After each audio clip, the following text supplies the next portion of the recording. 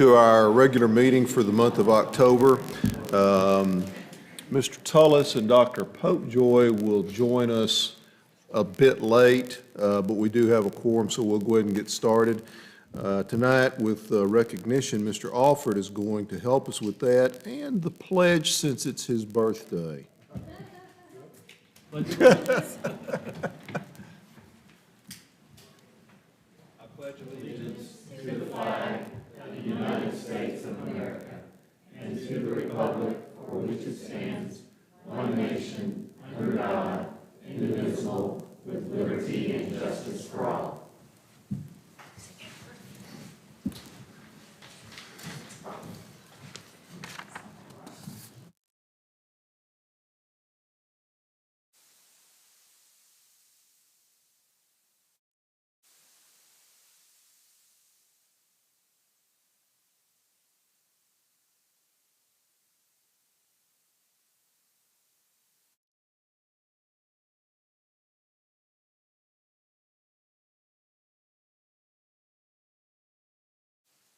Schools are centers of leadership, educational excellence that demonstrate inventive use of technology in certain, sorry about that, I'll start over. Your projection was there. As I said, we can hear you. From a communications person, I'm sure.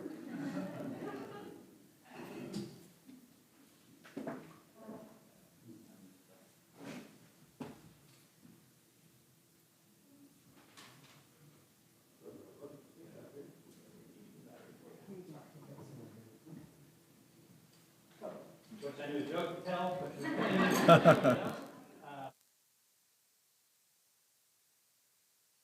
from our board agenda tonight as well, a return to normalcy somewhat, and very excited about that in the school year.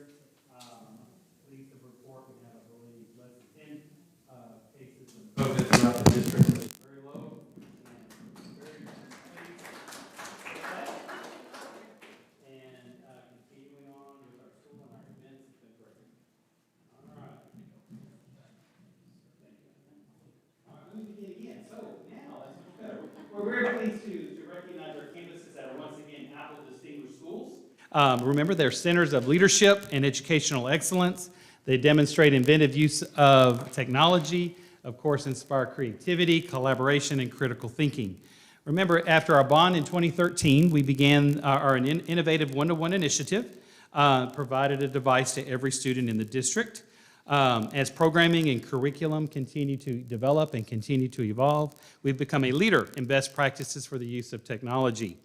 This, as I said, we have 2 campuses that are 2021 through 2024 distinguished schools for having environments that engage students and enhance opportunities for continuous innovation. So I'd like to first of all congratulate Castleman Creek Elementary School Principal Dr. Mandy Johnson. She'll come forward.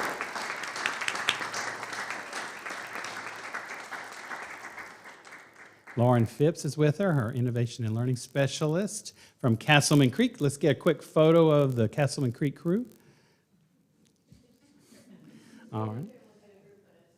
And next, I'd like to recognize Spring Valley Elementary School. This Principal Kathy Edwards. Please come forward. All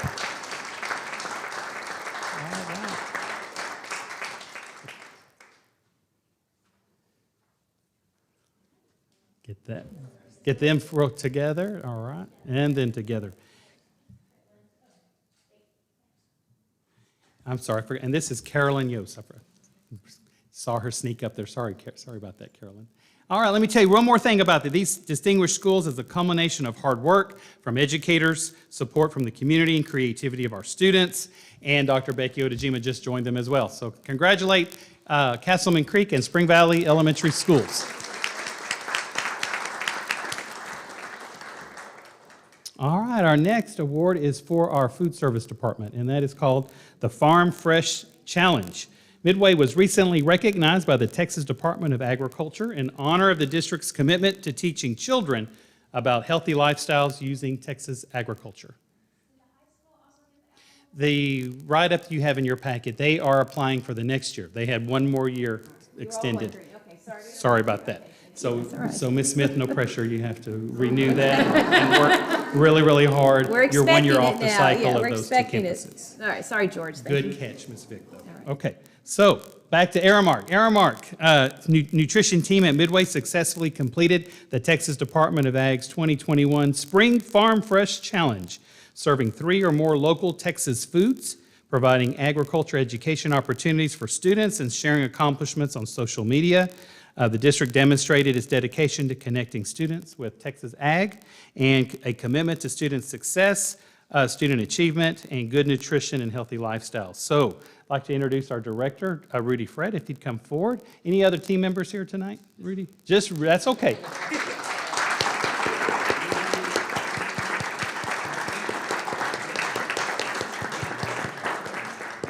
Always good to have recognition from the Texas Department of the Agriculture. So congrats to Mr. Fred and to Aramark. Thank you so much. All right. All right, and finally, we have some very, very special recognition for our grant award winners from the Education Foundation. So I'm going to turn it over to Susie Pagel.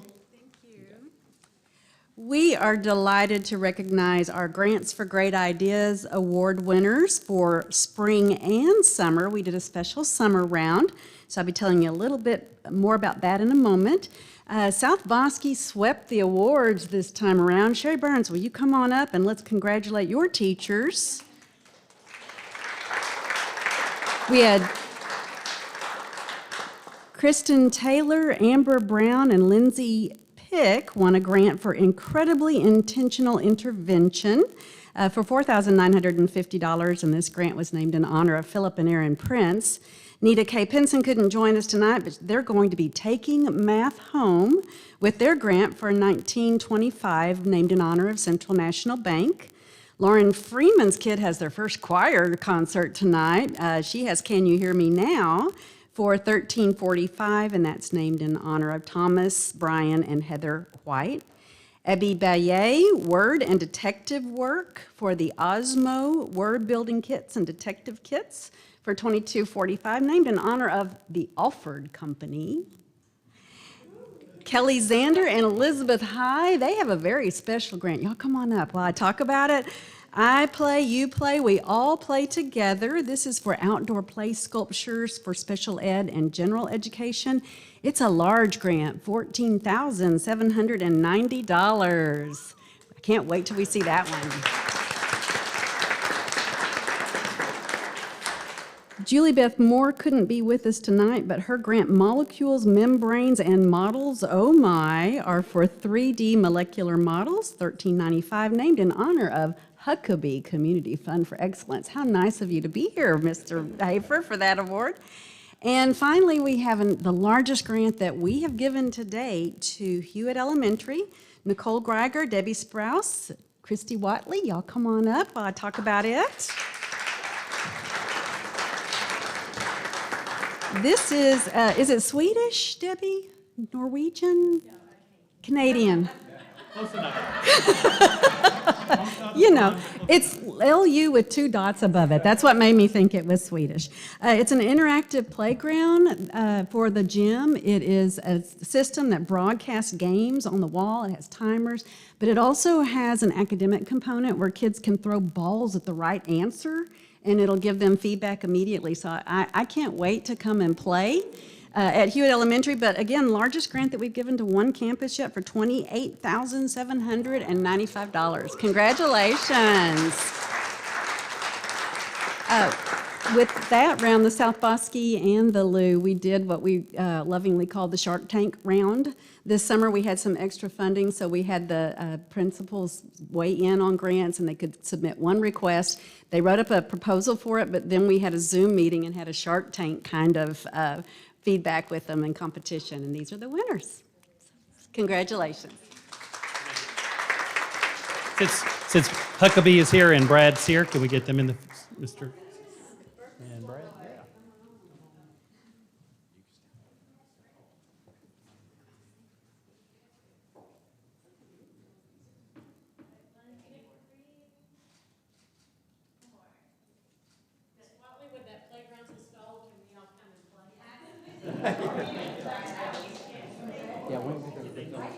Yeah. All right, Ms. Pagel, thank you so much. And that concludes our recognitions. Mr. Russick? Stay there, you can come up here for the, not recognition, but announcement that we're going to take out of order. Okay, we're going to take one thing out of order, and I'm thrilled tonight to have the crowd to hear this announcement, but it's my pleasure to introduce to you our new principal for Park Hill Elementary School, and that is our very own Dr. Mandy Johnson.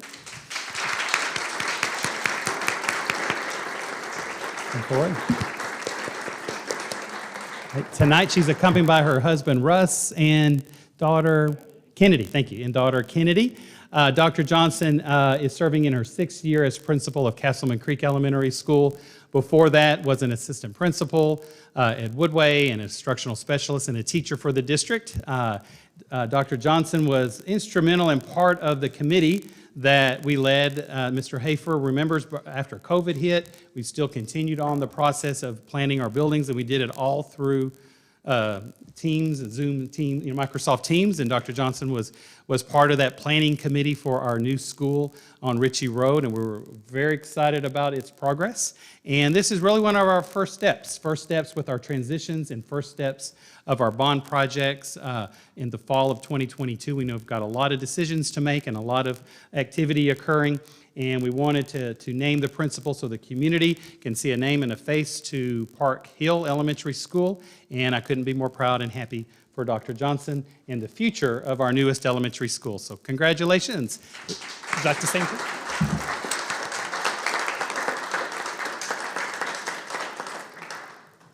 Thank you, Dr. Kazanis. This is quite an honor and privilege. And when he announced yesterday to my Castleman Creek family, it was kind of a bittersweet moment because they have become my family. I'm very passionate about what I do and my school currently, and I just want to take that passion into Park Hill Elementary and do the best job I can and make Dr. Kazanis and the board proud.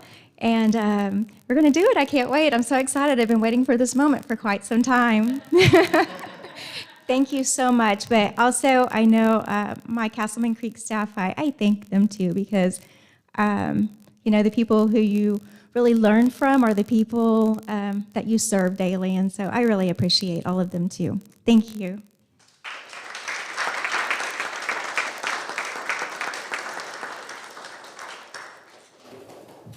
Well, congratulations to all our folks that got recognized tonight, including you, Dr. Johnson. Information items. Does any board member have a question about any of the information items? If not, then we'll go on to the presentation discussion items. Mr. Hafer, looks like you are up first, sir, the schematic design.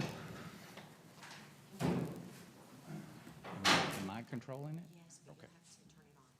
I want to welcome Mr. Hafer, and again, one of our final projects of our bond project. It's hard to believe that we have had many schematic presentations here in the district of our $150 million bond. This is, of course, you all know, our last major process and our major project here at Midway Middle School, and hopefully you've had a chance to review the materials, and we look forward to your feedback about Midway Middle School. So, Mr. Hafer.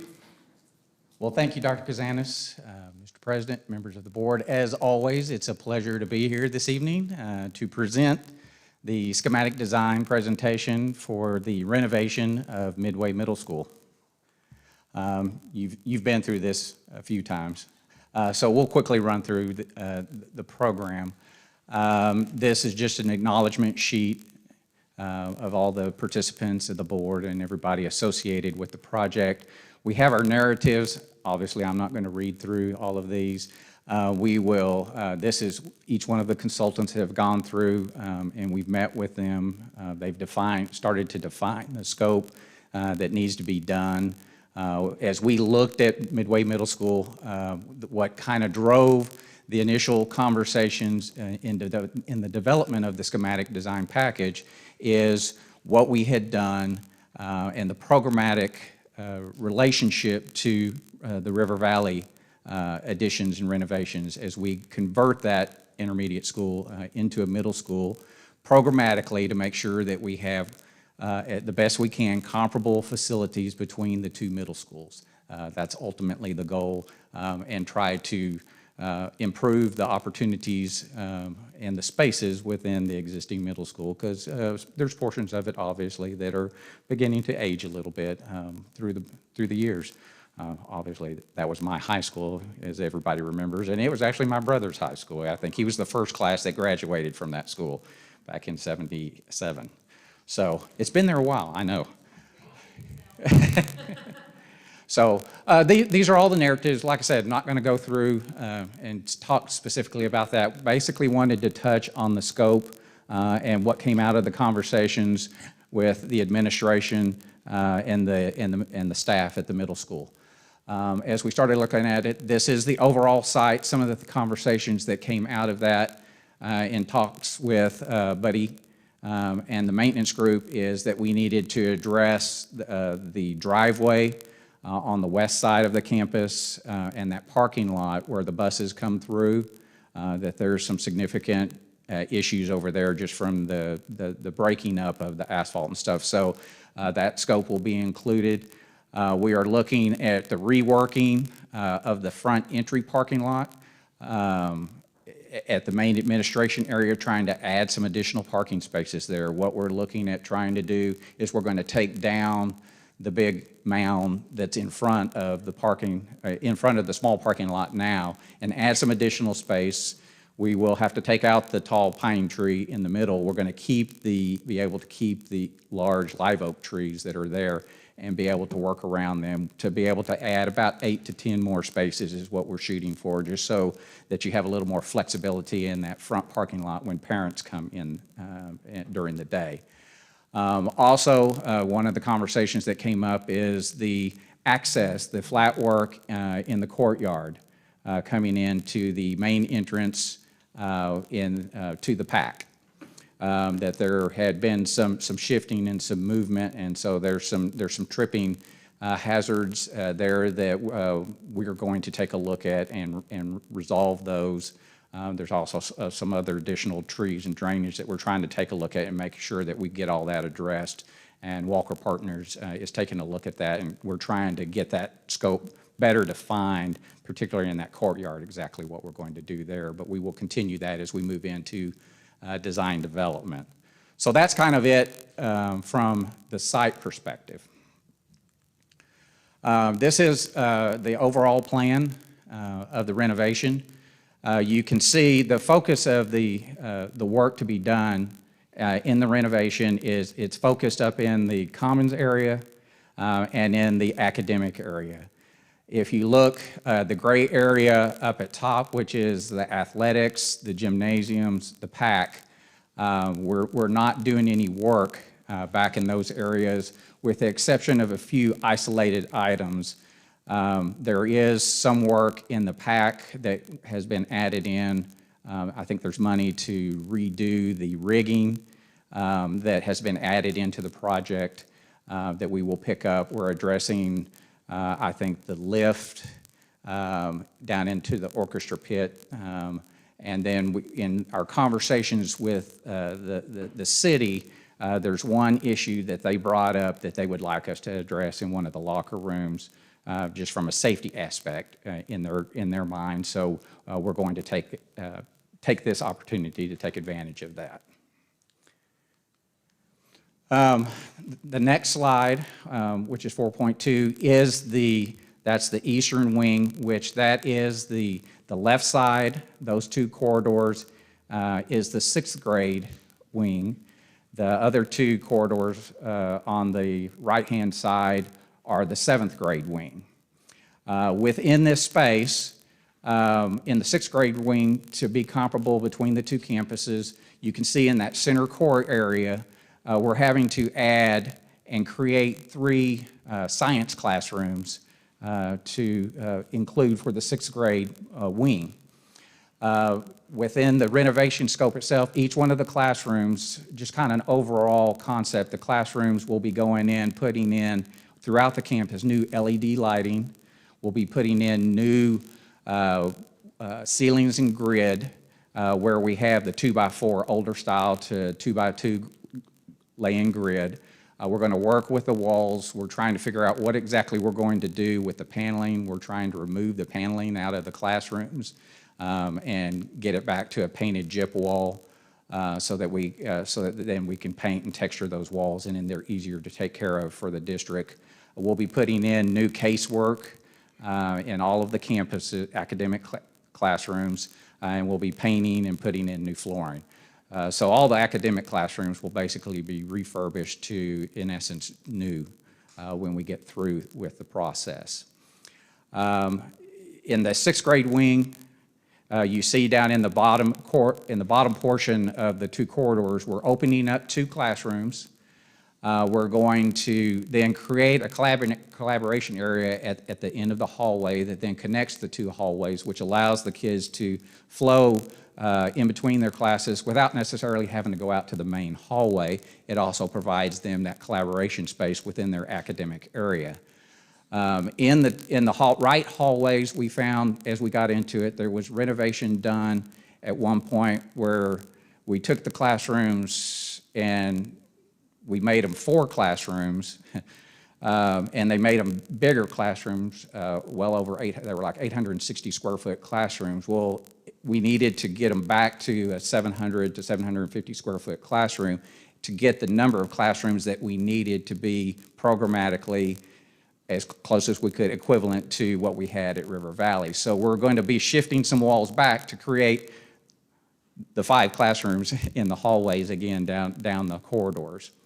So there'll be a little bit of work in that process. So then if you move over into the 7th grade wing, the same concept down the first academic hallway is the rework of those classrooms to get the 5 classrooms completely redone down through that area. If you go into the next hallway, those were the science classrooms that were renovated a few years ago. So there's no work that has to be done in those classrooms. They're actually in really good shape. Nothing needs to be done with them. They've all been updated. The only thing that we need to do for that area is we're going to take one of the science classrooms and convert it into an art classroom for the 7th grade wing. Then as you move across the hall with where currently the technology department is, we're putting in special ed classrooms down in that area, give them that flexibility. We're including restrooms down in that area. We're having to shift some things around to make sure the hallway works accordingly.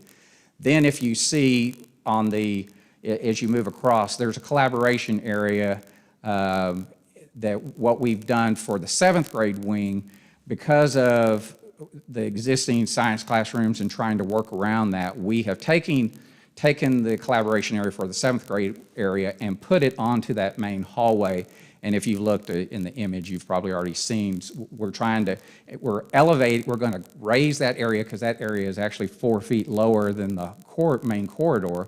We're going to raise that up to the 4 feet to the same elevation of the corridor, and then we're going to open it up to that corridor so that they can easily flow in and out of that space into the main corridor, and it'll be very transparent from the main hallway for control and being able to monitor that space. Then the existing band hall, which I think, well, I don't know what it was used as now. Is it choir currently or orchestra? Okay. Oh, it is orchestra being used as that, all right. Well, it is going to become the orchestra hall. We've reduced the size of it to make it, because it was a huge band hall at one time. So we're reducing the size of it, completely renovating it, adding in the practice rooms to be comparable to what we've included within the scope of River Valley. And then as you go down the hallway, then we're adding in, there's a teacher workroom that is being added in for the 6th and 7th grade wing off the main hallway, and then next to that you see the art classroom for the 6th grade wing. So very similar to River Valley, each wing has 3 science classrooms and an art classroom for each grade level. All right, then we move over to the west wing, which will be the 8th grade wing. Both of these areas are the 8th grade wing.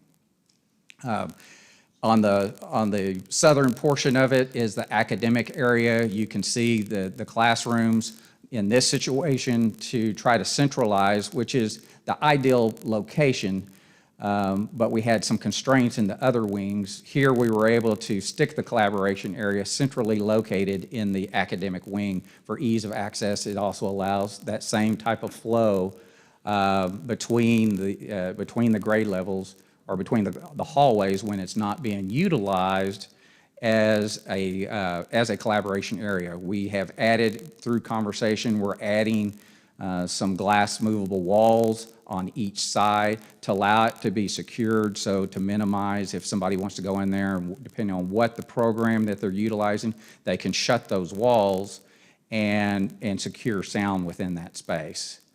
There's also the teacher in that center core area, once again, a teacher work area for the 8th grade wing teachers. And then you see on the northern half, there's that existing kind of little alcove area. We're going to open that area up as much as we can to the hallway and out to the main hallway by taking down some of the barriers and some of the walls that were built around it and create that as an additional collaboration area. Then you see the classrooms up on the top. There's not a whole lot of work that has to be done to those. They will be refinished out, new lights, new ceilings. Once again, we're taking one of the science classrooms and converting it into an art classroom.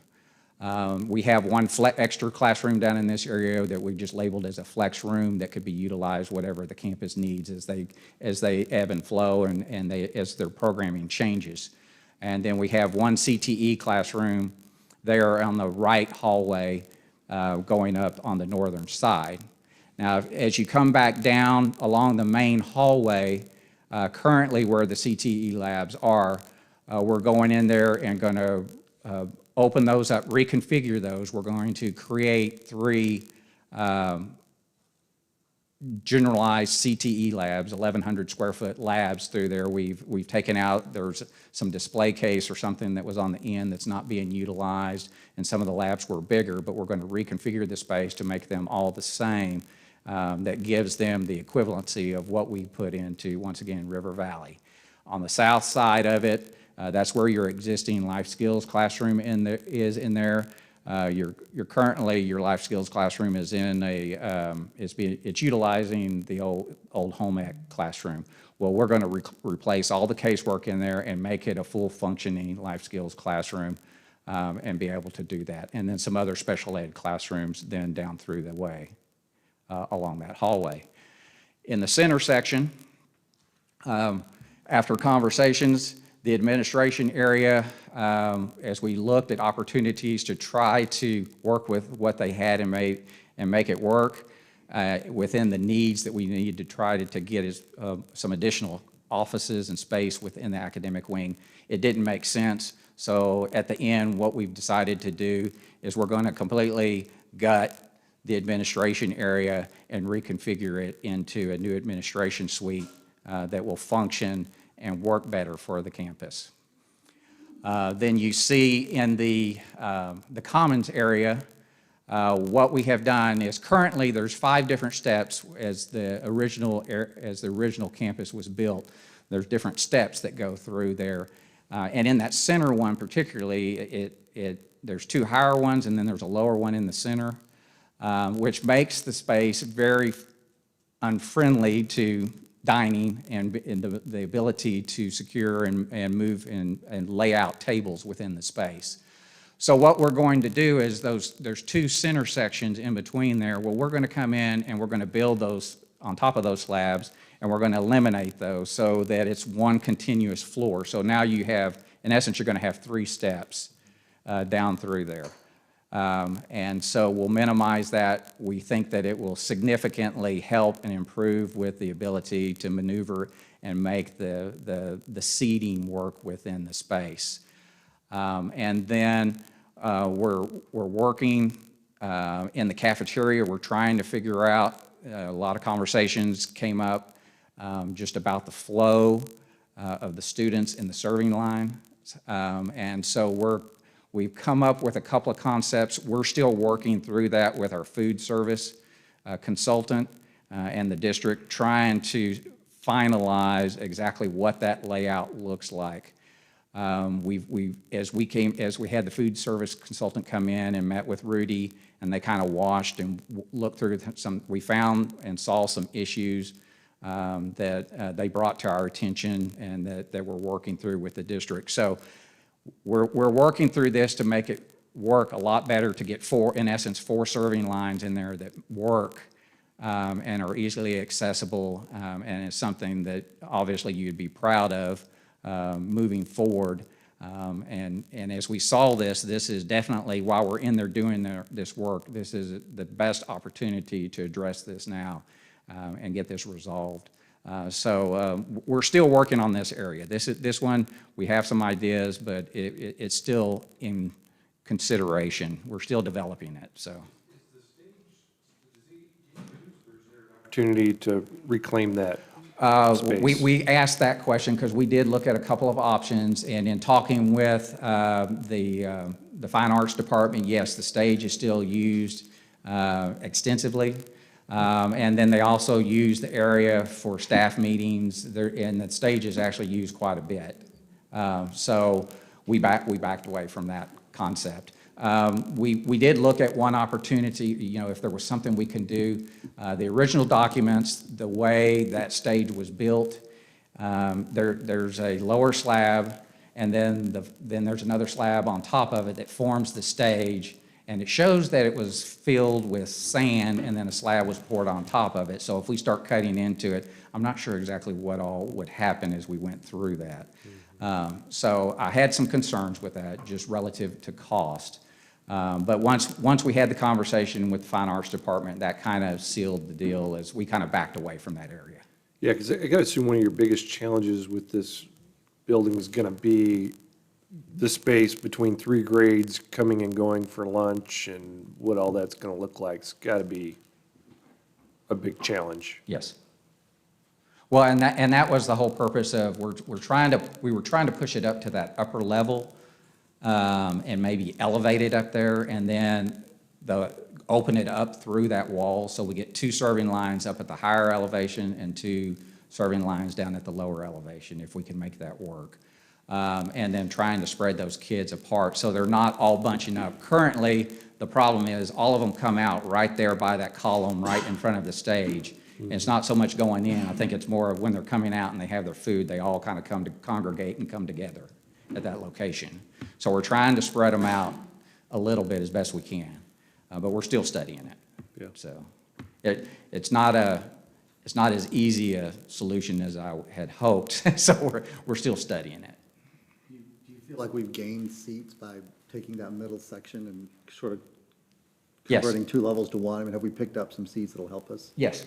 Oh, yes. I think because we've eliminated a significant amount of just wall to where now that's open floor space that allows you to do different things with your table set up. So yes, I do believe that you're going to add, by doing this, you're adding more capability to secure seating within that area. Yes. All right. Any questions on the plan? All right, so just a couple of image, kind of like we've done. Oh, I'm sorry. No, I have one. I was trying to, if I remember correctly, this school does not have the fire sprinkler system. Is that correct, George? Partial. Certain sections of it, yes, the PAC and a portion of the athletic area, and then the wing, the northern section of the 8th grade wing are sprinklered, Okay. but the original portion of the building is not. I was hoping we might be able to add sprinklers at this time to the rest of the school.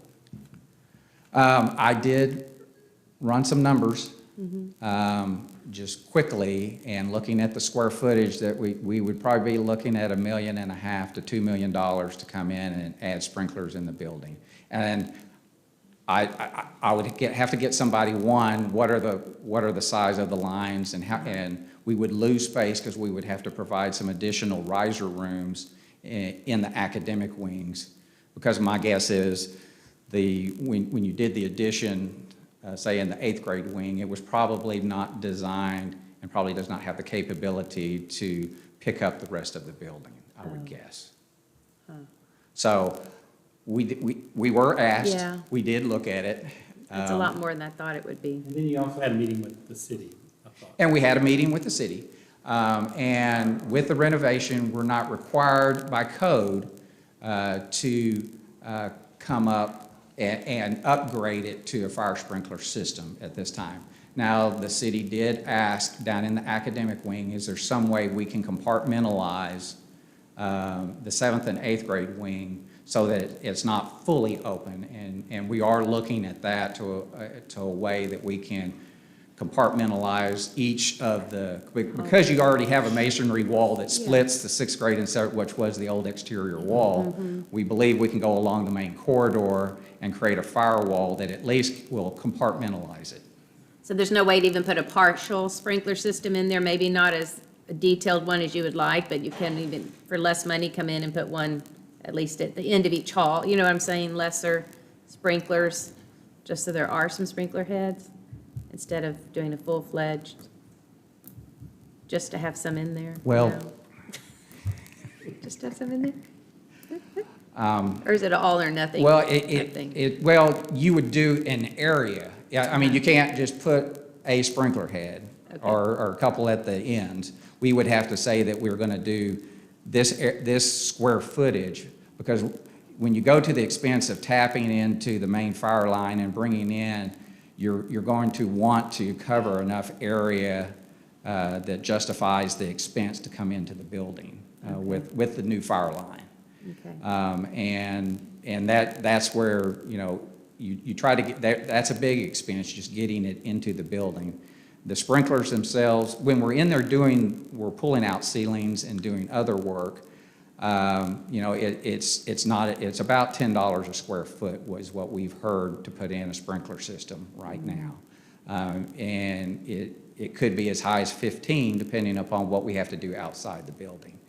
So those are just some of the square foot numbers that we were given by some subs looking at that to be able to install a sprinkler system in there.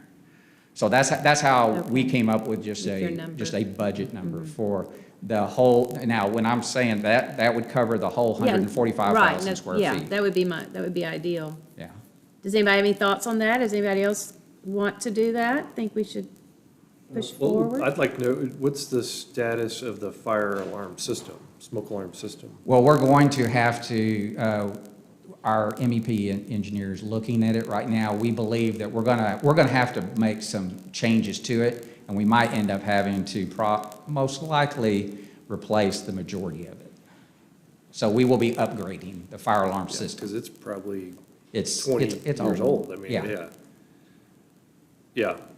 So because we're gonna have to move a lot of things, and one of them is the main fire panel, because Yeah. now it doesn't work in the new layout. Well, you know, Susan, my thought is if we have a newly renovated and well-done detection system, and we've got good exits and good flow and, you know, good fire separation, I mean, really the only risk, or what the sprinklers would do for you would be to save property. I mean, I think we could get people out if with the proper warnings and all that stuff. We would just be taking, I think, the risk on the property. And sometimes you can argue when those things go off, they create more problems than they solve. Yeah, so, I don't know, those are my thoughts, Okay, no, just no, no. I thinking mean, about it I know for it doesn't, I know 20 it seconds so doesn't, far. right, it's not, the kids still get out, it's not, but it's just, it's the property. Just with Yeah. the Waco fire, that was on my mind. Yeah, and that's a good example, that was an after-hours fire, where the smoke alarm going off is not gonna solve anything, it's Right. not gonna stop it, so it is a risk we're taking. Okay. Well, I appreciate you looking into it for me, so thank you. Not a problem, absolutely. Is there a way to add fire suppression in areas like the kitchen prep and areas that are more likely to have a localized fire or something? Well, Do we your already have it kitchen there? hood already has fire We already have suppression it there. in it. Okay. What about in the if- office where the records are kept? That might be the only, Everything's electronic though, isn't it? Yeah, you don't want that to get wet. We have all electronic, oh, they're back there. And they're all, You they're all, don't want they- that to get Well, wet. They're gonna be Good across the point, street. good point, those three okay. back them up. And Okay. if you're concerned about, I mean, we can make fire-rated walls. We can make, if you have a vault or file storage, we can create a 2-hour enclosure that it will not burn through that enclosure if there's a fire outside. Now, if there's a fire inside of the vault, Right, obviously I right. can't stop that. Yeah, I was just kind of thinking of documents and so forth, but if everything's electronic, okay.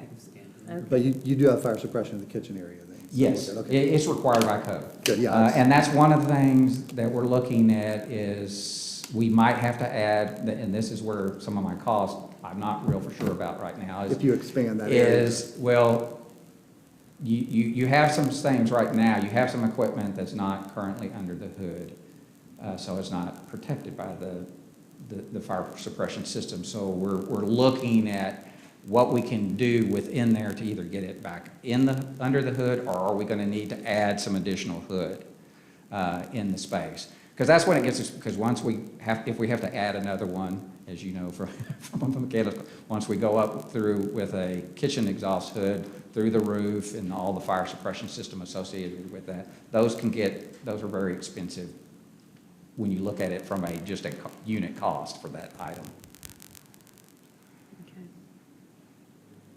Okay. That's good, thank you. So yes, we are still studying the kitchen, Okay. like I said. All right. But as Safety. But as Steve had said, I really appreciate Steve and the team looking as much as possible for comparability to River Valley, and really done a nice job Yeah. with that. Of course, providing all the same programming, but also the same elements of the design of as best as possible for, as you mentioned, 40-plus-year-old building, built in the late 70s. Correct. It's exciting to see the possibility that we can do, Oh, yeah, it's just that we great can do job, this at the current middle school. Fresh and new. Yeah. With lighting, and it's hard to tell in the pictures, but he did include some different lighting and things like that. I think lighting upgrades are huge for this campus, and. And we've talked about the darkness down the hallways and the commons area, and yes, those will be some things, obviously, we're looking at, one, trying to just provide some interest within, a relatively flat lay-in ceiling, without doing too much, but yet still, one, bump up that lighting level. We believe, one, the LED lights that we're going to be changing the entire school out through this area, of course, will make a significant change just in the appearance of the school itself. Walls too, right? Taking all the tiles, aren't the hallways going to be? Not down the corridors. Not down the corridors, okay. Because that is relatively new. Oh. We're trying to keep as much of that as possible. Now, down the main corridor, as we pull out, we're pulling out a large number of the lockers, so that'll open up a lot of that wall space down through there. So we will be having to add some additional materials down through there. Okay. Well, we don't try with that exterior, I mean, there's probably not a whole lot you can do with the exterior. We're not really doing a whole lot on the exterior. We're looking at maybe adding some signage at the front entry, but the building itself, we're not really touching. Well, maybe bomb shelter will come back in style, and we'll be in good shape, yeah. Yes. Good. So looking at your timeline, I'm just wondering, and this is not really maybe a question for you, maybe it's a question for Dr. K and for, I see Jay Fisher in the back there, but what do we feel like about that 22-23 year under construction? This is going to be probably the hard, we said Woodgate was hard, this is going to be harder. And we've had conversations, I'm trying to prep Jay and get prepared. Let me put him on the spot then, I don't know. Well, and now that, we're working, we have a CM selected.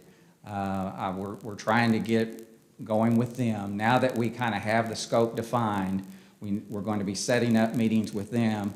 And we really need to really take a hard look at the staging and the phasing of this project, because one, this project, we know that, yes, we're splitting the 7th and 8th grade, but we're bringing 6th graders in. So we know that we're going to be somewhere between 900 and 1,000 students on this campus. And that leaves us limited area to work, and then we're gonna have to phase this, and we've done this before. You do an area, you move the kids in, you go do this area, and how much can we give and take? Well, Obviously, and a lot of your kids won't be familiar with that because they're doing it at Woodgate right now, and then they'll be moving up and they'll see it again. So they'll be familiar with how it works at least. Yes, they will. We call them the construction kids. That's right. We had the COVID kids, and now we have the construction. I think our biggest challenge, just for the board to understand, will be feeding. It will be feeding the students and being sure how that is scheduled. Because that part there that Steve has shown with the food prep, still under review, but could be very significant, because quite frankly, it needs it. It's overdue to remodel the kitchen in the cafeteria. So one of our largest challenges would be how to continue to feed that many students because doing it during a summer may not be feasible. We may need, would not the be. month of May, for example, I'm saying, we may have to do catered for 1 month only, at least we have May through, the end of through August to get it done. I don't know, I'm just saying, get creative, around the food, and Rudy, I'm gonna rely on, get creative with me to get the kids fed and things like that, and seated and taken care of, so that will be the hardest part. Maybe run a trough of macaroni and cheese through the room and throw in a few hot dogs and they can just. Something like that. Well, and the academic area is, and we've already started to look, the 8th grade wing is there's not a whole lot of work in that 8th grade wing. So what we would be seeing is, I think, once again, I have to work with the CM on this because they're the ones who are going to be doing this. But in my mind, you jump in, you do in this summer, this next summer, you do that 8th grade wing, so that gives you that flex space to start moving over. Then you take a 6th grade wing, you take a 7th grade wing. Now the other areas over on the north side, once technology is out, we can start working on those areas.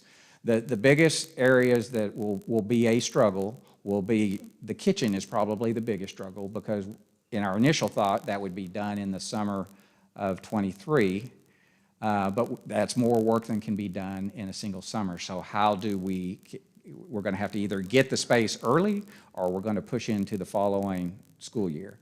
And then the cafeteria, the commons area, that work just with the number of kids that are still going to be on campus, it's going to be a challenge. We're going to have to do it in sections. And then the administration area, where do we shove the administration in order to do that renovation? That's going to be a challenge for us too. So those are the areas that I see as the biggest challenge. Now that we have the CM, we've got to start developing our plan. So yes. So this is just an image down. I mean, y'all seen this many of times. Looking down the main hallway, that's the library. Off to the left, it's your main entrance into the space. We're looking at, what we can do from a linear light fixture down that main hallway just to break up the overall length of that main hallway, and obviously introduce some light down that main hallway. Of course, all the flooring down the main corridor will be replaced. We'll be going back in. Where we are replacing flooring in the classrooms that have VCT, we'll be going in with LVT, so we're going to be significantly reducing the amount of waxing that has to be done at this campus. So I think Buddy and the maintenance group are very happy with that. So I don't want to speak for them, but so this is just an image, precedent image of the light fixtures. Once again, they're just stripped LEDs. There's nothing really fancy to them. It's just, it gives some interest and a little playfulness to the ceiling to just allow something different within some of those spaces, especially down the corridors. This is an image looking at the renovated commons area and cafeteria seating. So what we'll be doing is, in that central core area, we'll be taking down all the split face fluted split face block that are on those low walls, taking those walls completely down, coming back. We'll create a little stub wall in there so that we can keep the electrical in there. We'll probably cover in that with tile, making it feel just more contemporary and modern, new flooring, new steps. And then you see that the handrails in there. Of course, in our image, it's hard to show exactly what that is. We did look at several options. We looked at glass, and then we started thinking about, middle school kids and tables and glass next to it and just what that might look like and the amount of cleaning that it would be needing to be done. So we decided to we're going with, it's a perforated metal panel that then will be, I don't remember if it's stainless steel or if it's a painted product, but there's different manufacturers out there that the design team is taking a look at right now. And these are one of the precedent images of some of that stuff. So you see it's very transparent. It'll still be at the same height as kind of that same, what it currently is. It only has to be at a short handrail height. I think it has to be at 26 inches because it's not more than a certain code depth distance on the other side. And because you still have the stage there, it allows you to, for viewing purposes, it allows you to have a little shorter handrail in that area. But we'll have the short wall and then the perforated metal. And of course, we'll have a stainless steel. We won't have any wood or anything like that in this area, just as hands rub on it and oils begin to take that off. So durable products that are easily maintained. This is this is the 6th grade collaboration area. So this just shows that connection of those 2 classroom spaces at the end where we'll have, similar to what we did, for those of you who have been over to Woodgate in the collaboration area on the one end, we'll have monitors and we'll have marker boards for small group breakout space for them to be able to utilize that space. And then we'll also have the movable wall that will allow you to close the space off and, in essence, create a room within the corridor if you would like to. This is the collaboration area for the 7th grade.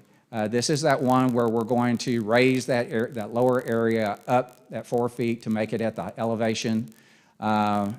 It seems like every project we've done, we found I think every X-bracing in the building at Woodgate when we were trying to move walls around for that renovation. And the one spot, we found that we really liked that worked great for this area, well, we found some more X-bracing in the walls. So we decided, similar to what we did at Woodgate, we're going to put aluminum storefront there, open it up so that it is very transparent, leave the X-bracing there in place, and then we'll have a large opening on one end that will allow the students to easily flow in and out of the hallway. But yet it still makes it feel very open to that main hallway. And then this is that collaboration area on the far end, that smaller one in the 8th grade wing.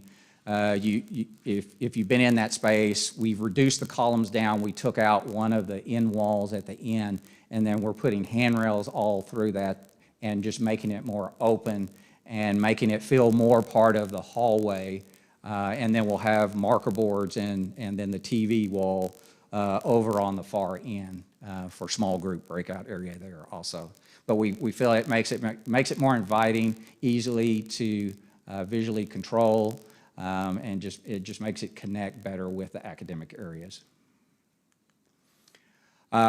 So this is our schematic design presentation. Here is the schedule currently. We've been having some preliminary conversations with the CM.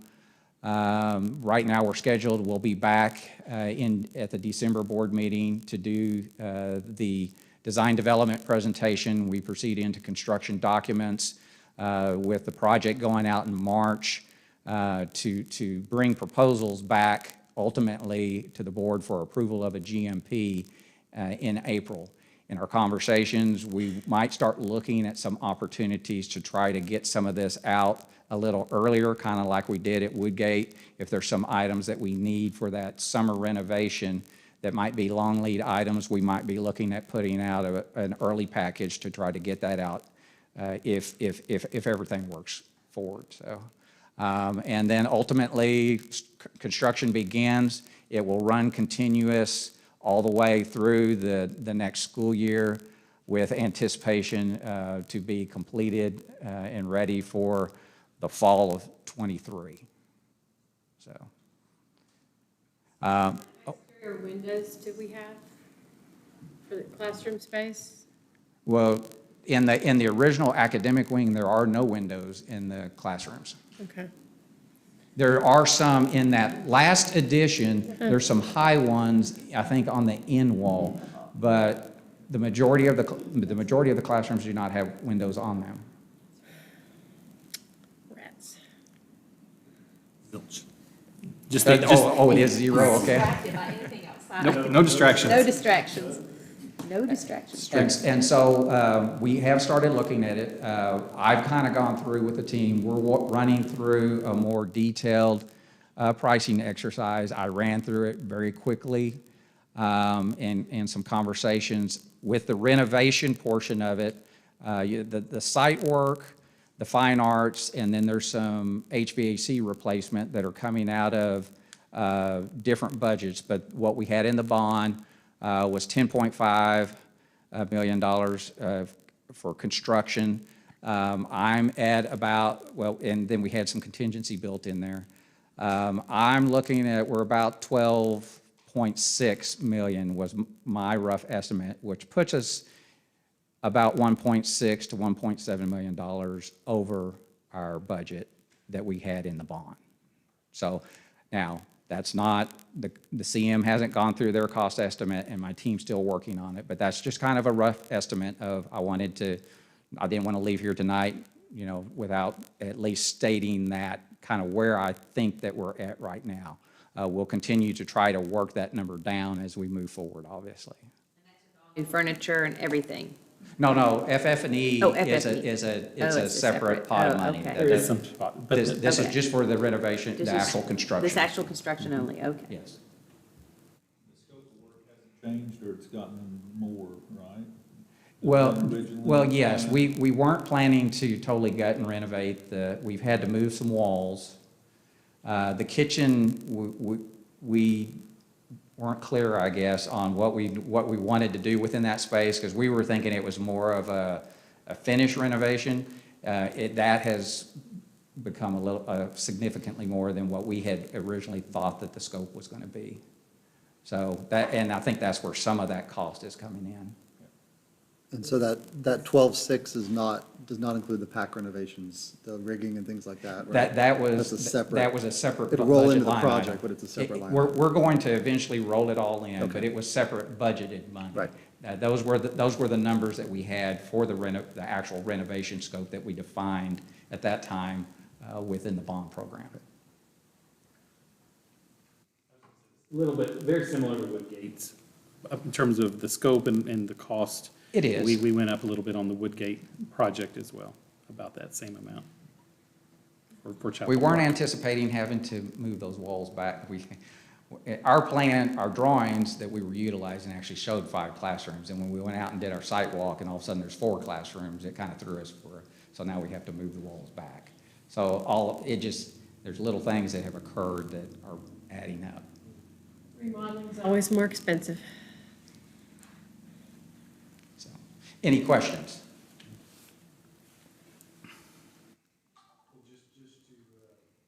For a point of comparison, what would it cost to build a brand-new middle school if we were starting from scratch?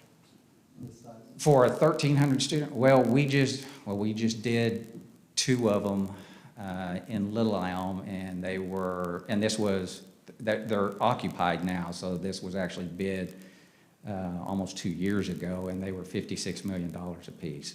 So today, they would my guess is they're probably sitting around $60 million for a middle school of this size. So I would like it better if you say we saved $50 million by renovating the school. Yeah, thanks. Thanks for saving us money. Did the land purchase right, so. Anything else, folks? Because this is on the consent agenda. All right, thank you, All right. Steve. Thank Good you. job, appreciate it. And appropriately following up on that, Buddy, bond construction update.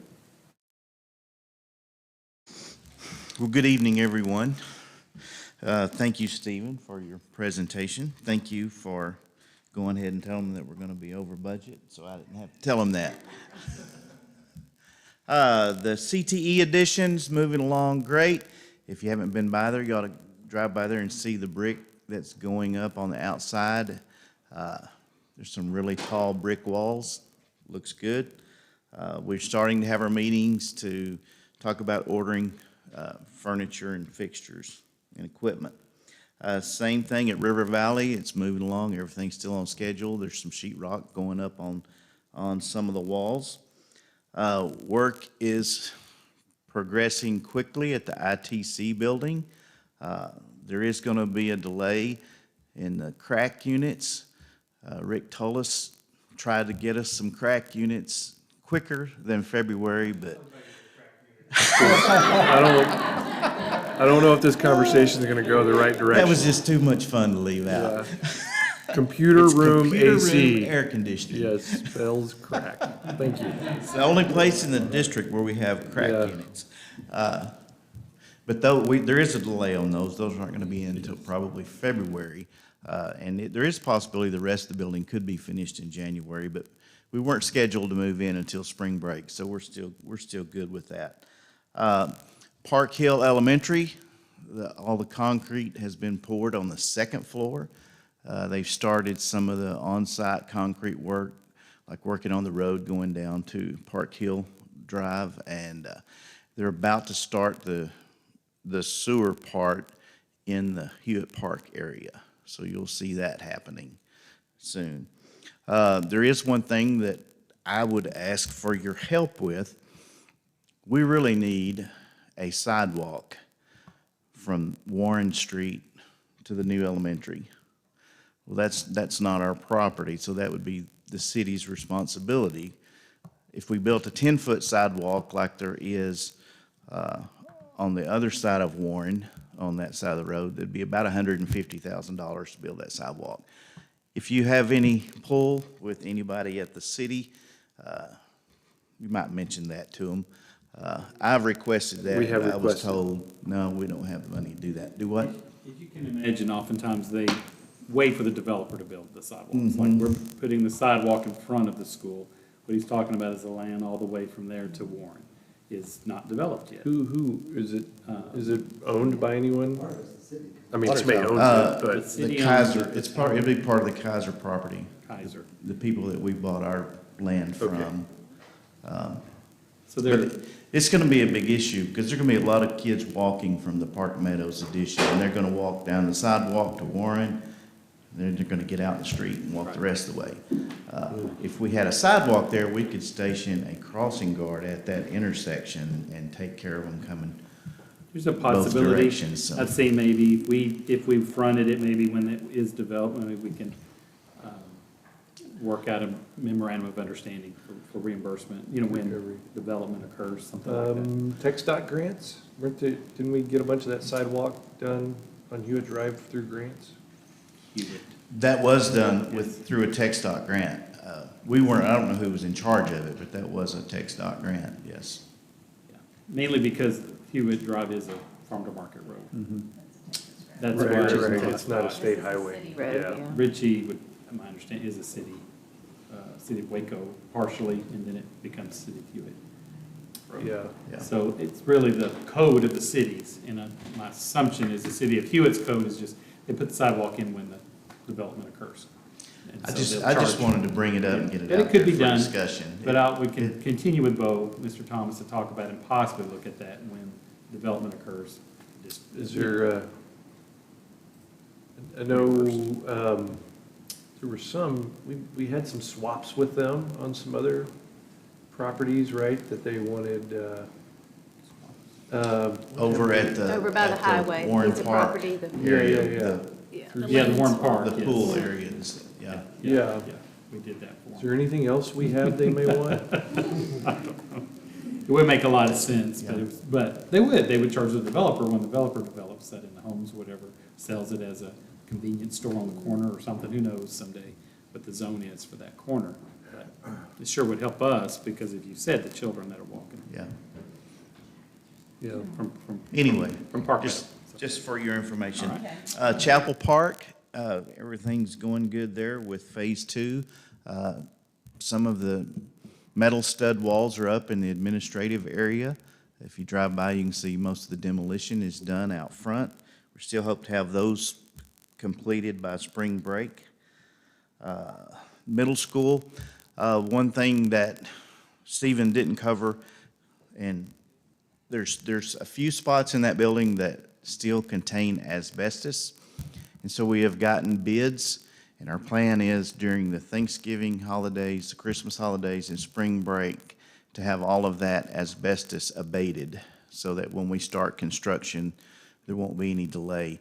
It's the choir, not choir room, but the orchestra room, the lower floor of the cafeteria. There's a classroom back on the back side, some few closet areas, and some of the wellness center. But we already have bids on that, so we hope to get that done during those holidays.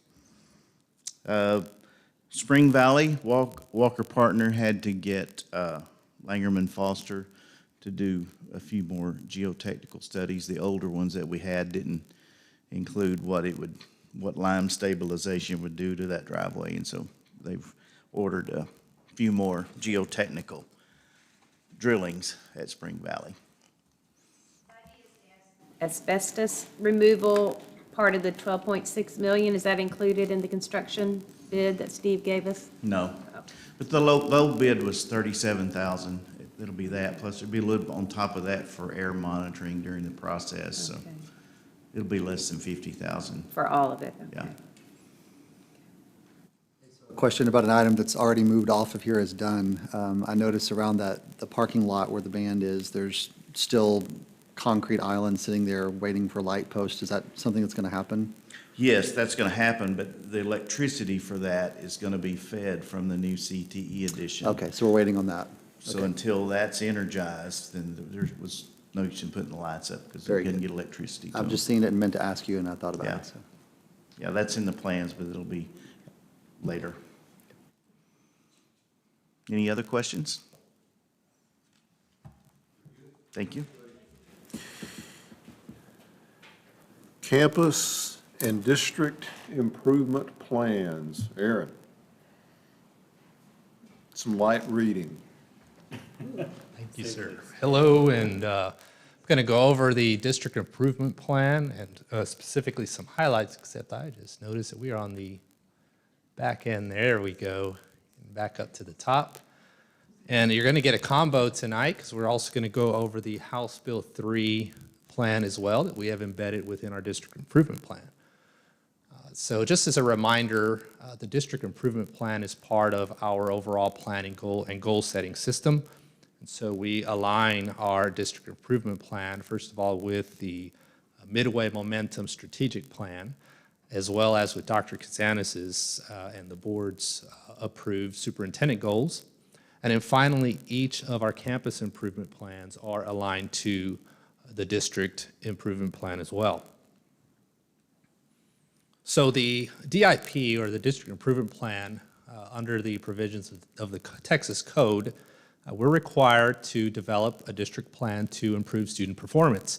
And that just marries very nicely with the requirements of House Bill 3 that came out in 2019, which requires school boards to adopt plans in early childhood literacy, or increasing those scores, and math, as well as CCMR, college, career, military readiness.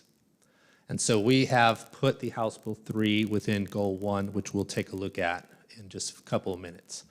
As a reminder, too, that we are targeting in our DIP the improvement of student performance, but also district and campus plans are to be developed annually to mutually support the state goals and objectives that are under Chapter 4 in the code.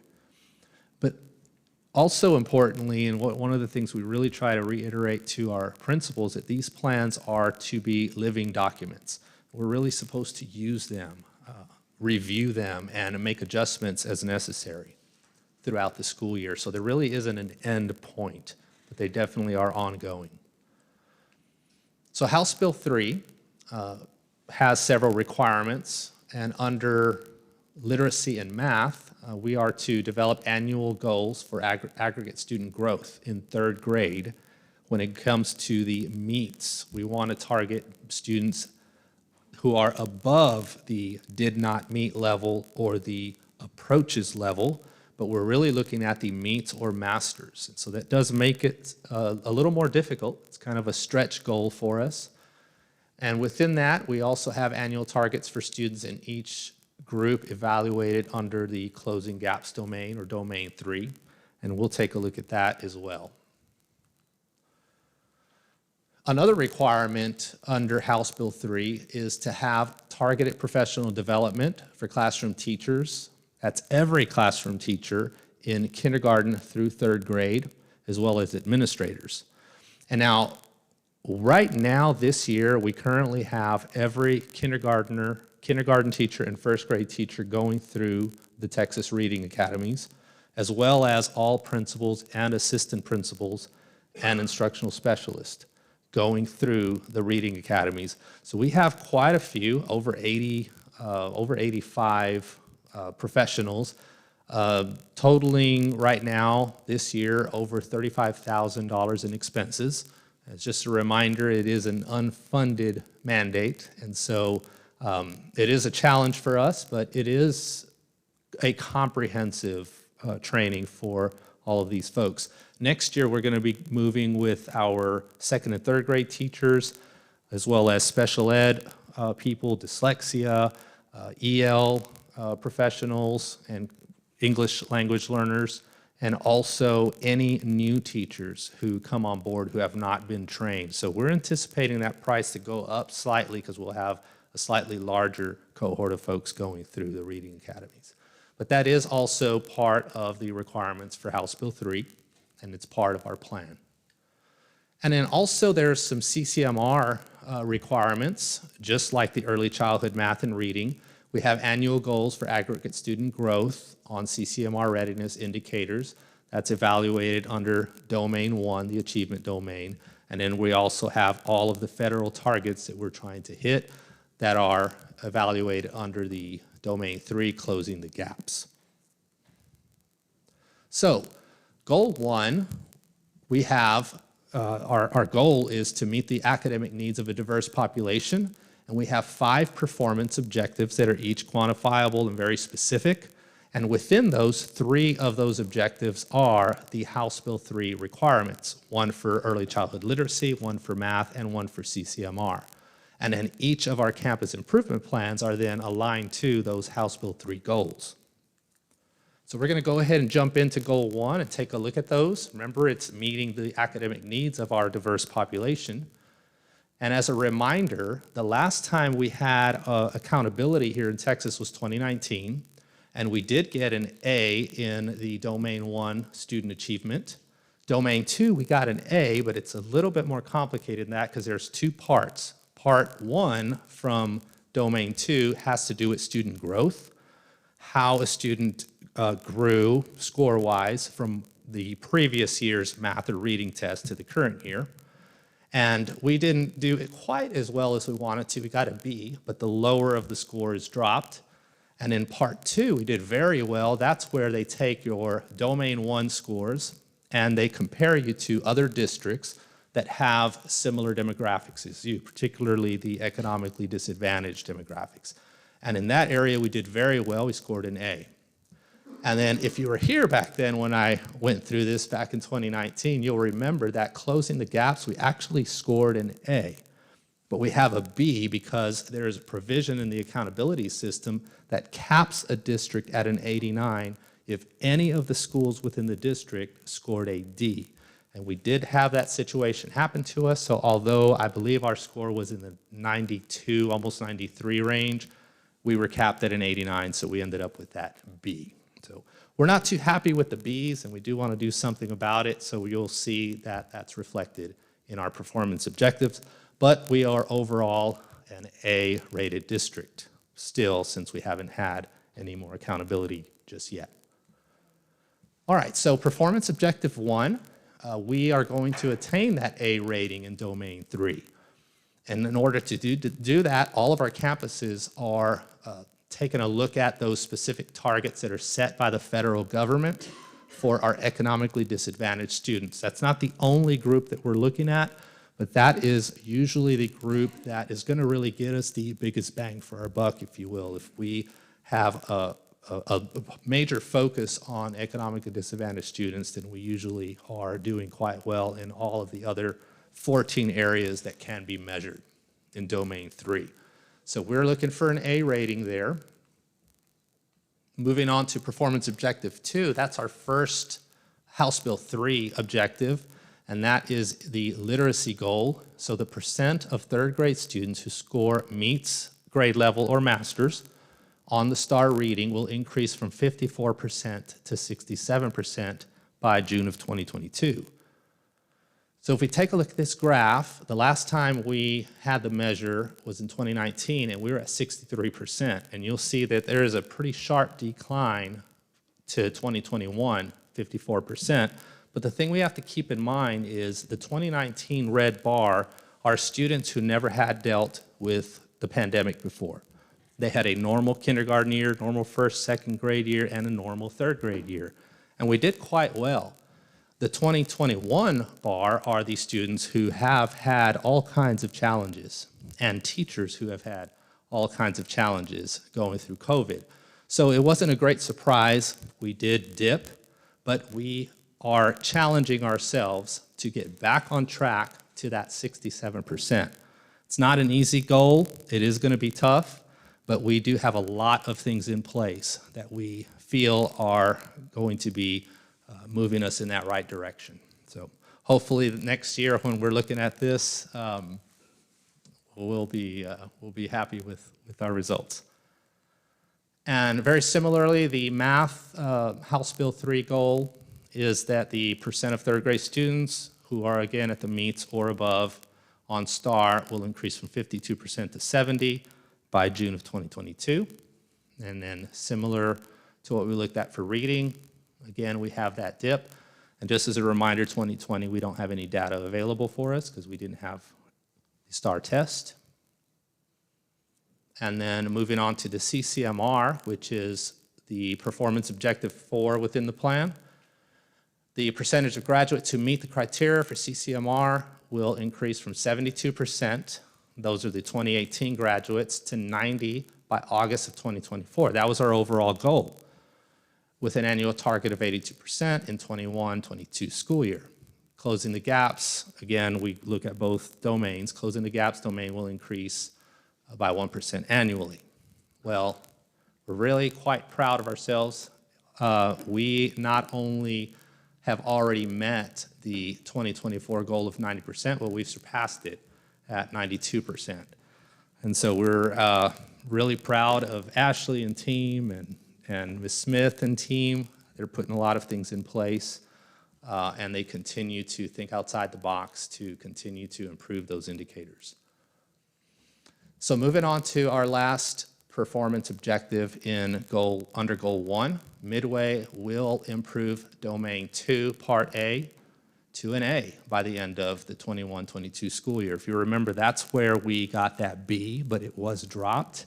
Although it was dropped, and we are more than likely going to get an A in that domain again, because we do very well when Midway is compared to other districts that are similar to us. We're still not happy because we want our students to be making that full year's growth. And so every principal and our math committee also agreed that this is a worthy goal to continue to have because we're not there yet. And we're going to keep striving till we reach that A. So a few strategies, and now again, these are not all the strategies within the plan, obviously, but I did want to point out just a few. One of the things that we're doing is that all of our campuses are disaggregating and monitoring our text-aligned assessment data among student populations in Domain 3 to determine their progress, as well as those specific interventions and extension activities that we're offering the kids. I mentioned before, there are 14 student groups that are measured in Domain 3, so there's a lot to pay attention to. And so our campuses and our PLC groups are trained to really dig deep and know how each of our sub-pops are doing and how we're moving towards reaching those goals. Also, all MISD campuses are going to provide accelerated learning instruction in the areas of math and reading as required by House Bill 4545 during this academic school year. Now, that's not all. We're doing it in all areas tested, But this particular one was pulled out of one of the goals that dealt with reading and math. So that's why it specifies reading and math there.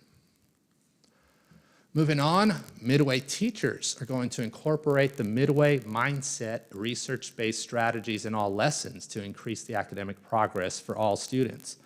We realize that not every instructional practice or instructional strategy is created equal. Research has shown that there are some instructional practices that get better results. And so our team has looked at what research says produces the best results. And we've kind of compiled those pieces into what we call the Midway mindset. And we're going through training measures and helping our teachers to incorporate the Midway mindset in their daily lessons. And also all elementary administrators and grades K through 3 teachers will complete the state required reading academies by the end of the 2023, that's hard to say, school year.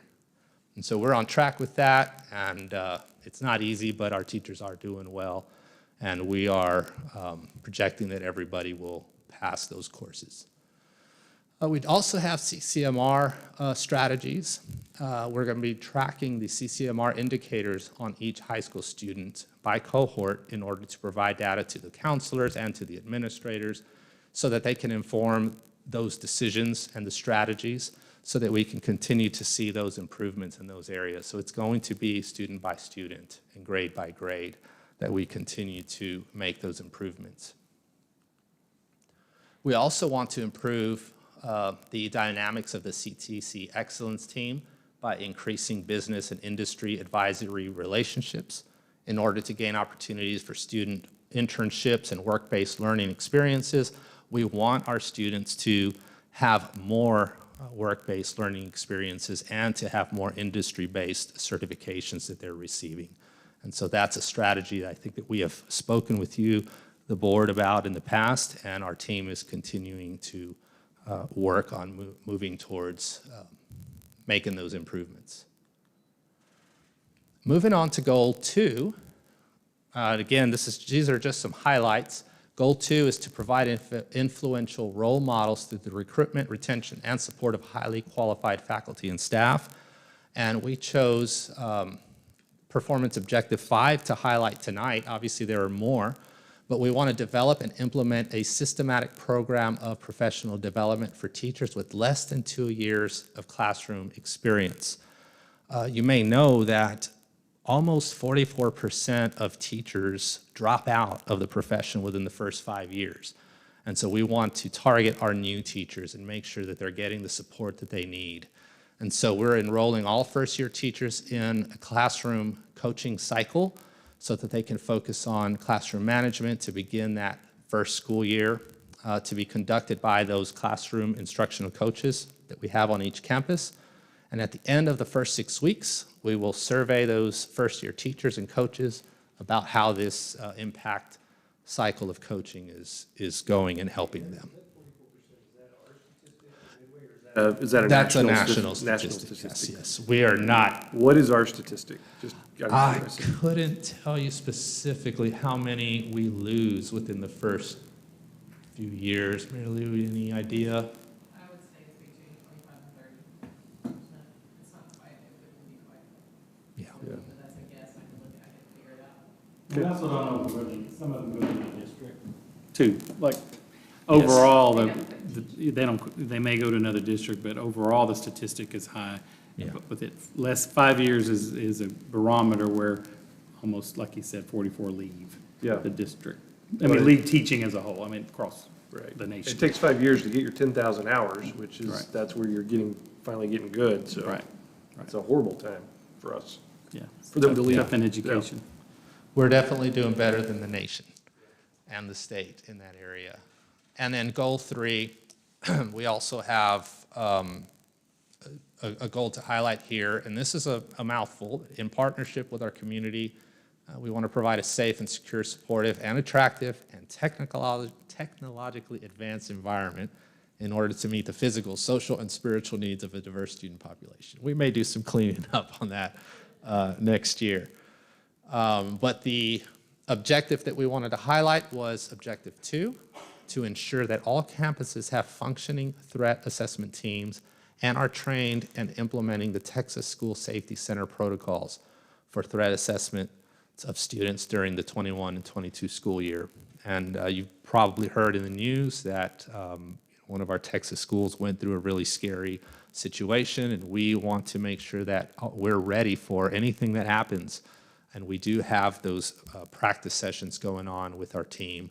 But this particular strategy that I put here is that we're training our teachers and staff on grief and trauma-informed care, as well as positive behavior interventions and supports.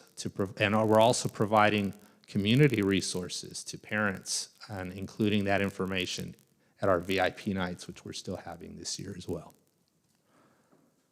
I tore through that really fast. I hope it was okay, but can I answer any questions? It was just making me think about the students from the first goals and objectives. I'm aware we've only been in school for 2 months. I know we have lots of initiatives and programs that we're trying to help so many of the kids that lost so much ground last year because of COVID. Do you have a feeling of how the initiatives and the pullouts and the things you're trying to do to help get those kids back up to speed and where they should be? How is that progressing just within the 2 months? I know it's not very long, but what's the feel? What's the vibe? Are we on the right path? Are the kids responding? Are they getting it back quicker than you thought they might? Or how is it going? For our earlier grades, it's going very well. It's easier to get the kids to our after-school tutoring sessions. It's a little more challenging at the high school level. They are being very creative to get kids there. Thankfully, not all of our tutoring efforts are happening at after-school times. A lot of them are happening during the day. Right. So it is going well for the most part, but we do have some challenges. There are some students who are not necessarily enthusiastically receiving the help that we're offering, but we're not giving up. And so time will tell, but the students are getting saturated with the help that they're going to need, and that can't help but make a good difference. Are you getting parent support on the other end for the students that aren't enthusiastically accepting the extra education they're getting? I don't know if No, you guys you're feel not. that way. No Not parent support, necessarily okay. for particular students. And what Ms. Smith and the team are doing is they're just evaluating, particular students' cases and trying to use some different means to get them the interventions that they need. Okay. Thinking about staffing, is everything staffed? Are we doing okay with all this shortage? We have one that we need to hire for in January, and we currently have 2. We had been It's not gonna staffed. be easy. It's not going to be easy. You'll notice on your personnel addendum there are some leaving at Yeah, midterm oh, yeah, too. I saw But that. we're working to replace those certified teachers, but I just think there's, when I met today, I have a monthly teacher council meeting that's just teachers. And they're doing well. They had a lot of glows, of what's going on so far. I think one of the challenges or opportunities for them though is just captured tonight. The secondary students has been student motivation, intrinsically trying to motivate them, getting them back. There's certainly effects from COVID, effects from a more relaxed schedule last year, getting them motivated into that same routine. As Dr. Pena said about elementary, they're have been able to work with them during the day, and it's called the win time, the tutoring time, and work on some skills like that to catch them up. But it is a tough motivational challenge ahead because they're already in school in their current courses and adding. And it's required. House Bill 4545 requires this. And just because you say it's required doesn't mean it's motivating. Yeah, It's reaching the students, yeah. Working through the issues too. Thank goodness our drops and things aren't as steep as could be or in some other areas. And just a reminder, I think Dr. Pena said that this was, again, back to the House Bill 3 goals, dealing with students that are at that meet and advanced level of it, not approaches. And so those scores are where we were. House Bill 3 goals are set by us. It's not any requirement. What they look like, in terms of how you set them, we had just done that a couple of years ago, but we would like to get back up in general to that 60+%, 70% of students that are meets or masters with it. But let's see. Question two, real quick. You talked about Midway mindset, right, and bringing research in and some new ways of doing things that have been found to be really helpful. What has the experience been, and sort of what are some strategies looking forward for? I mean, we've got, these are professionals, right? Our teachers are professionals, and they're very good at what they do, and I know that sometimes that requires a lot of careful attention to building relationships and keeping relationships as we ask them to make changes. So what are some successes or challenges maybe that we've seen with teachers who are, maybe they're not yet sort of on board with that Midway mindset, and how do we address that? One of the things that we're doing, or I guess a different approach, is we're doing the traditional trainings and teaching about the strategies, what they are, but we're also doing a lot of modeling. Whenever we're pulling groups together for just typical meetings, we're using the Midway mindset ourselves. Dr. Odajima and her team have gone out and, before school started and had a fun professional development around the Midway mindset. And so we really haven't experienced any resistance towards it. It's just a matter of developing those things into a habit. Just something that, you can just kind of just pull from your pocket and just use on a daily basis. So that's really the challenge. It's not so much having teachers agree or disagree with it, but we just want it to become just a natural way of doing their daily classroom work. That's fair. And that's just going to take some time to just kind of build those habits. Yeah. Okay. Any other questions, comments? It's more fuel to get a plane in the air than it does to keep it there once it's up there. And we've got to get some kids back up in the air. But once they're there, so. Yes. Yeah. And we will present the TAPR report here when it comes out, probably in January, and we'll be able to go a little deeper into the data like we did a few months ago. So that'll be a review for you as well. Thank you. Thank you, Aaron. District Communications Update. Ms. Marlin comes up. This is every other year. We have a communication update from our communications department, which is... We're an hour and a half in. Do you need water? Do you want to stand up? The blood's going. All right, we've got full attention. Yes. So thank you for having me tonight. I'm our Director of Communications, Tracy Marlin, and if Robert Pryor will wave back there, he's our multimedia specialist. If you're a Sherlock Holmes fan, he's the invisible man, the man behind the camera, so he's never in a picture. You see all the work he does, though. So over the past 2 years, since the last time we presented, we've encountered quite a bit going on. So remember everything that's been going on in the world, and everything we've accomplished beyond that, I consider moving mountains.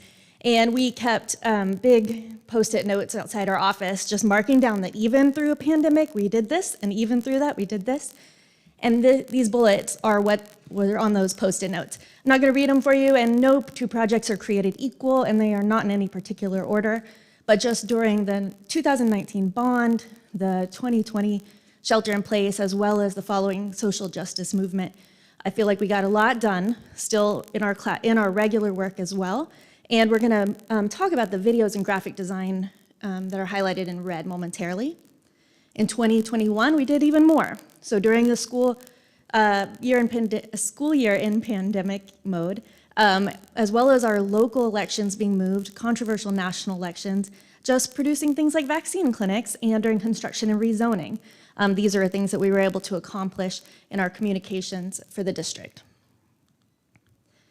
One of the challenges we continue to face is an increasing load for our responsive services. There's quite a few things we do in district communications that we do not get to schedule or plan. Things like public information requests, when media happens. I don't get to plan TikTok challenges or lawsuits. So there's a lot of things that just all of a sudden we have to stop and drop and work on these situations. And that is a real challenge for maintaining the rest of the work we need to do on a cyclical basis. So even awards and recognitions are one of those items. It's a great problem to have when more awards happen, but we can't plan those. We don't know how many National Merit Kids we're about to have, or Apple Distinguished Schools are renewing, or that we're gonna have a Farm Fresh Challenge and win from the Texas Department of Agriculture. But we need to add in the time to celebrate those things. We also have increasing graphic design and video production that has happened over a period of years. And that has to do with audience needs, attention spans, and the way that people receive information. And I wanted to go ahead and point out on the videos, it says 66, I like this thing, and I wish that on your screens you could see when I point with a laser. It says 66 videos in 2021. And I think you might think, I don't remember seeing 66 videos from the district in 2021. 43 of those were internal. And the two lines below that about new hires and retirees all represent that we are still serving our department needs as well. So when you've had presentations up here about what our different departments are doing, when they're having construction, we've had twice as many new hires, we've had twice as many retirees. We have Midway Mindset. We're producing materials and information going out for all those things. 2 different levels, not all the same again. But Midway Mindset was a series of videos of demonstrations of teachers in the classroom presenting those things. New hires will be IDs and photos and training and email and working on the events that we have in the summer to train them. So just remembering, even when you hear school new start times, when we do those, communications is working on those even when it's not a communications project. Coming up, so we've done 2019 to 2021, so coming up and what's on the horizon, the big projects that we are expecting are, of course, opening new campuses. You keep hearing about them. That includes for us construction updates, helping with the student transitions and staffing transitions, new leadership support, announcing a new principal yesterday and writing letters about her and her bio, setting up our new campus communications platforms. Robert already has Chapel Park and Park Hills social media up and running with hundreds of followers already building those campus communities. And we are excited, of course, when it gets time for ribbon cuttings and launch events. We are also excited about the return of district events. Just today, we got to send the save the date to our staff about actually having our holiday party and our mid-year celebration for service awards. So we're working on planning those events. And this summer, we get to celebrate our 75th anniversary for the school district. So maybe we can have a big party then. I'm sure you're very familiar already with community-based accountability. The school district has been, the leadership team has been working on this for a couple years. It's gotten sidelined quite a bit from COVID. And then last January, we revisited that with the Team of 8 training. So school district communications department, we will be working with the overall communication about community-based accountability and getting the information out. But we will also have responsibilities of our own within the pillars of community engagement and parent engagement. And I'm going to show you a little bit about what that's going to look like, because we've been a part of this for long enough that we're partway there. So for community and parent engagement, what's on the docket? My first recommendation is to leverage strong social media presence with a positive narrative.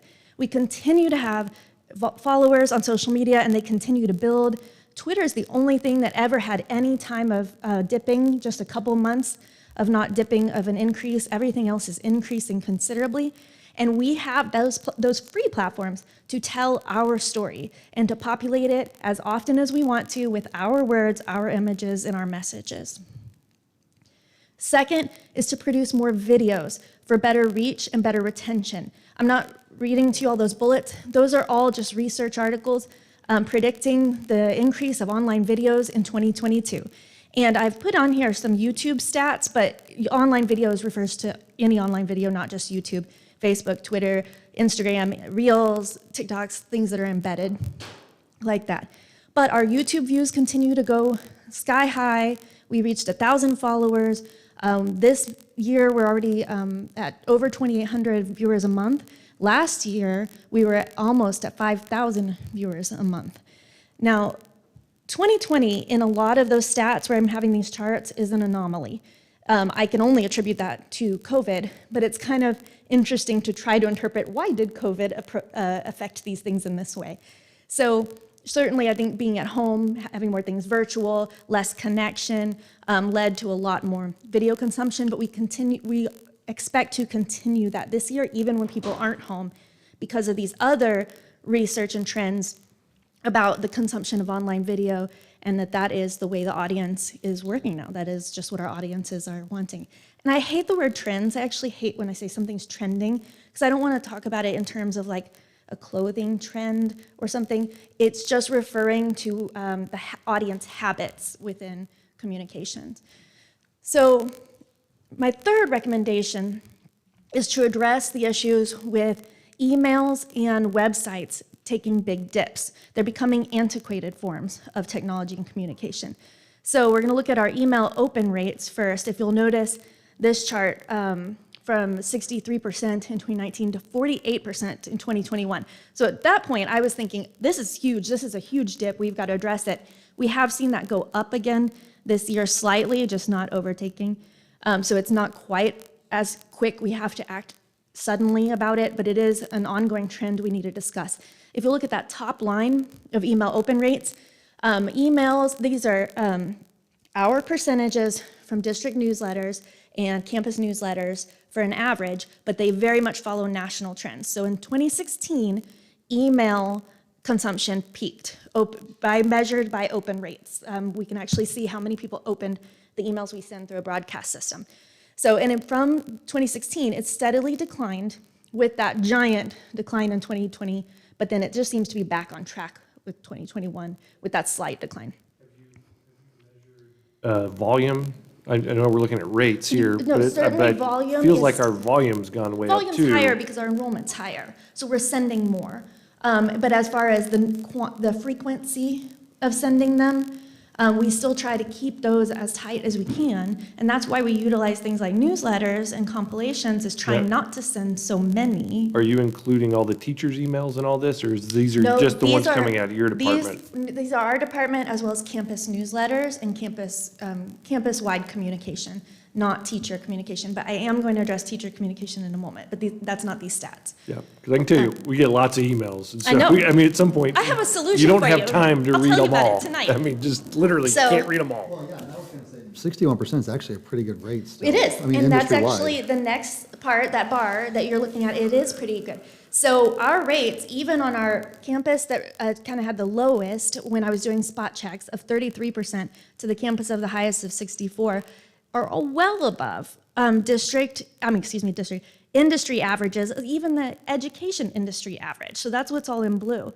We're still outperforming. We still have more engaged of an audience, more vested of an audience than all those other industries, including regular education emails, broadcast emails. So that is still really good. But I also look at it when we send information out, and we're sending information about like what our COVID plan is, and we have 60-something% of people open it. We're only reaching barely half the people. And if you're using that as a measurement in grades, we're failing. We're not even reaching 70%. So I do think when we're talking about wanting our information to be out there and the amount of time our principals spend putting that information out there and taking the time to send out their campus information, and then they just still hear that it didn't get read, they didn't see it, that's an issue. And I'm going off of open rates. Most people only read about 250 words into an email before they quit. So that's not even, this is not measuring people's the click-throughs or their comprehension of it or their attention span for it. So there's still issues with emails becoming more antiquated. So I recommend that we implement a unified communication system. And there's some opportunities here to have some cool features with it. So I talked with our technology committee, which has representatives of students, teachers, and parents. We just asked them questions about some features and some things of what they'd like to see, which ones would be important. in that. So first was a central location to find information. By far, everybody wants to know where to go. I don't want it all over the place. Second was secure teacher-to-student communication. So this has to do with being able to send messages to students. A lot of times you're going to quit. This category of information is going to be things like Remind 101, GroupMe's, and trying to prevent one-on-one text messages and having a more secure system for those kinds of communication. Third was multi-child view. Rick Tolis says, I'd like to see where all my children are doing in one place, where I can see calendars and information and have it grouped together by child. I'm not going through the rest of them except for fourth and fifth together are exact polar opposites of each other. So newsletters and timely posts are not the same thing. They are the opposite. Newsletters are summary information sent for a period of time, and it takes a while to gather it, and by the time you get it, some elements are old. Timely posts are just things like you kind of get a blip, a bite size, a social media post type of thing at the moment that that information is known. Part of the Aging Communications Platform is also that my fourth recommendation of creating a meaningful web presence. So what are we going to do to make sure that the people visiting our website don't continue to decline by 30,000 a month? Excuse me, that one's a year. So my recommendations, those are the 4 recommendations for where we would go for parent and community engagement strategies. And the way we would do that is dedicate department personnel to the important work of sharing good news. It is important for our district perception and reputation that people are hearing good news. There are plenty of studies that show that the amount of good news or the amount of bad news you hear highly influences your perception and decision making. And you need 10 times as much good news to counteract the bad news.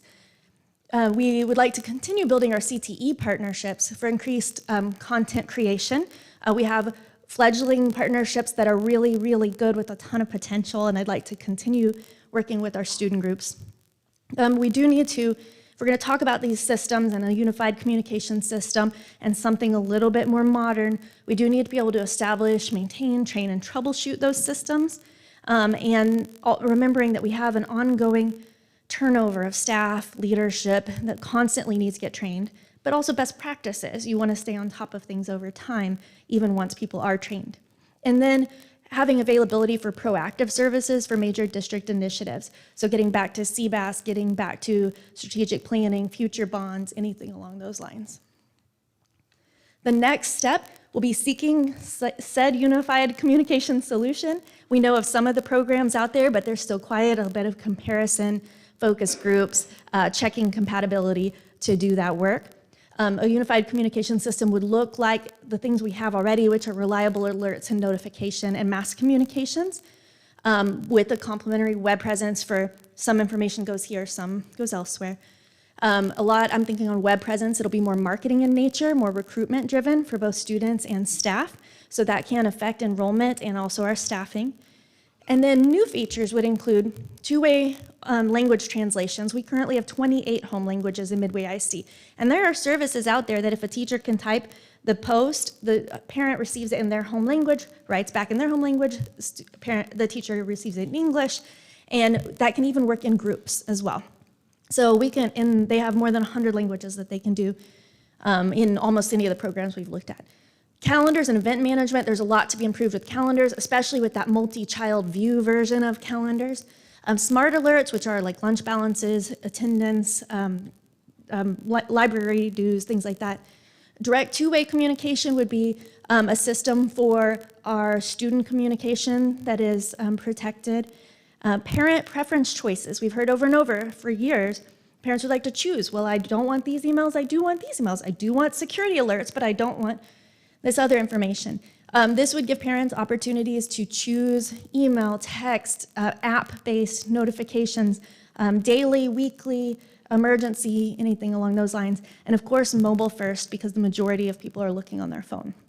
The oversight and data category have to do with administrator oversight for safety. So again, that's that recorded messages able to be monitored or reviewed if needed. And then administrator communication reports and data for improvement are things like looking at those open records often and seeing trends in them and being able to follow what works and what doesn't work and have more continuous improvement, not just spot checks to see where we are. The other next step as a part of all of this would be restructuring the communications department. So I think you heard me introduce the 2 people and 3 that we work with. So that would look like me continuing in a role that looks familiar to you of doing strategies and fires, so, you know, just the tyranny of the urgent, as well as more district strategies, and even just things like being able to have time to do like award nominations. We want to pursue something proactively. I'm recommending moving Robert into the communication system coordinator role, which is systems and processes. And this is vital for setting up the systems, the technology systems, and providing that support. And then the processes part is serving our departments. The processes part is outsourcing, having a way to receive requests and having a way to disperse those requests or take care of them with interns, outsourcing, our CTE programs and which ones to go through, handling it ourselves and scheduling it, but building all those processes to serve our departments. And then adding an entry-level multimedia specialist that purely generates content, positive news all the time, lots of videos, a lot of award coverage, and making sure that we're on top of highlighting all of our campuses and initiatives. And this would also serve departments with more of the video requests that we receive, that we've had an increase in constantly. Meanwhile, we'll continue to build our internship and CTE partnerships and have real-world experiences for students and, of course, more quantity of content produced. Any questions? I went as fast as I could. Best talker. I'm glad you're in charge of all that. What is the Midway Proud team? That is our social media management team. Okay. It's the principal, assistant principal for every campus, as well as 1 or 2 people who are basically just very good at social media, but we do training with them. And we use a program called Class Intercom, where any teacher can post to their campus's social media, but it goes through an approval process with Class Intercom. And they just need their Google sign-on. They don't have to actually have access to that social media in real life. Have we thought about having a podcast presence or an app? Yes. District app? Yes. Well, And so or. actually, if we do the unified communication thing, they're all going to come with their own app. And so that would be your one-stop shop of where to go. You'd have notifications and preferences all within that. Podcasts, yes. Before COVID happened, we had gone down to KWBU, toured, gotten information about all the equipment we needed. We had a concept for conversations with Dr. K moving into podcasts, highlighting staff members. We bought entry-level equipment, and then COVID happened, and a staffing change happened, and we were not able to pursue that. So our equipment was all donated to Woodgate, and they've been using it for their announcements. I gotta say, that's one of my favorite platforms to digest information, because I can listen to it in so many formats and settings, and I can have it running while I'm on my phone doing other things. So it doesn't, like YouTube videos, I don't watch, because the minute I switch over to another app, it shuts it down. Well, and let me also recommend to you a partnership that Robert set up with our professional communications class at the high school. The students practiced our articles we already had in Panther Nation News. They recorded them all, so you could audibly listen to all the articles in Panther Nation. I think that's just a great new, I guess it's a trending way to get information these days. I'm assuming, yeah, I think that would be awesome. Absolutely.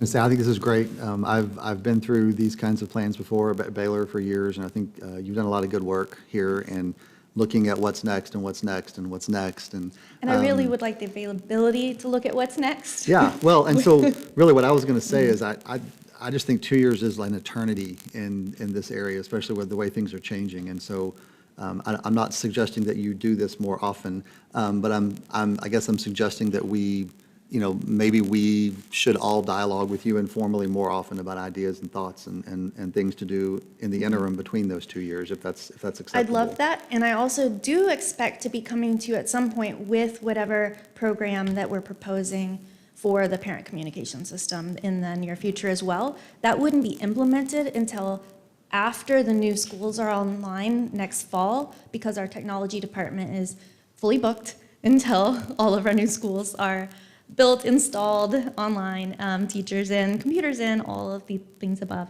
So after that finishes, at that point, whichever program we've chosen, then we will start all the integrations, the training, and the adoption for that.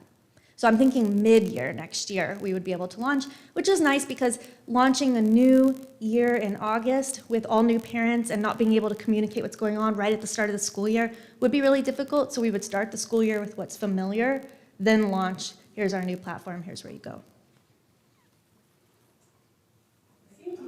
Failed to give yourself credit, and so I will. When you mentioned the projects and services done last year, I seem to recall a thought exchange or two that I believe also falls under your jurisdiction. And I know there was a bit of time spent on that as well. So. I believe very much in listening as a part of communication. Yes. So, but thank you and your team for getting all of that done, because that was a heroic effort for sure. And yes, and thank your team, because I think Yes. often y'all are not the forgotten group. Like you said, you're all invisible, even though we're looking at it all the time. We're not thinking about the fact it's one or two people doing all this, you know, and so it's amazing, yeah, what everybody does. So thank you for being trendy and on top of all the technology, because I'm not, so.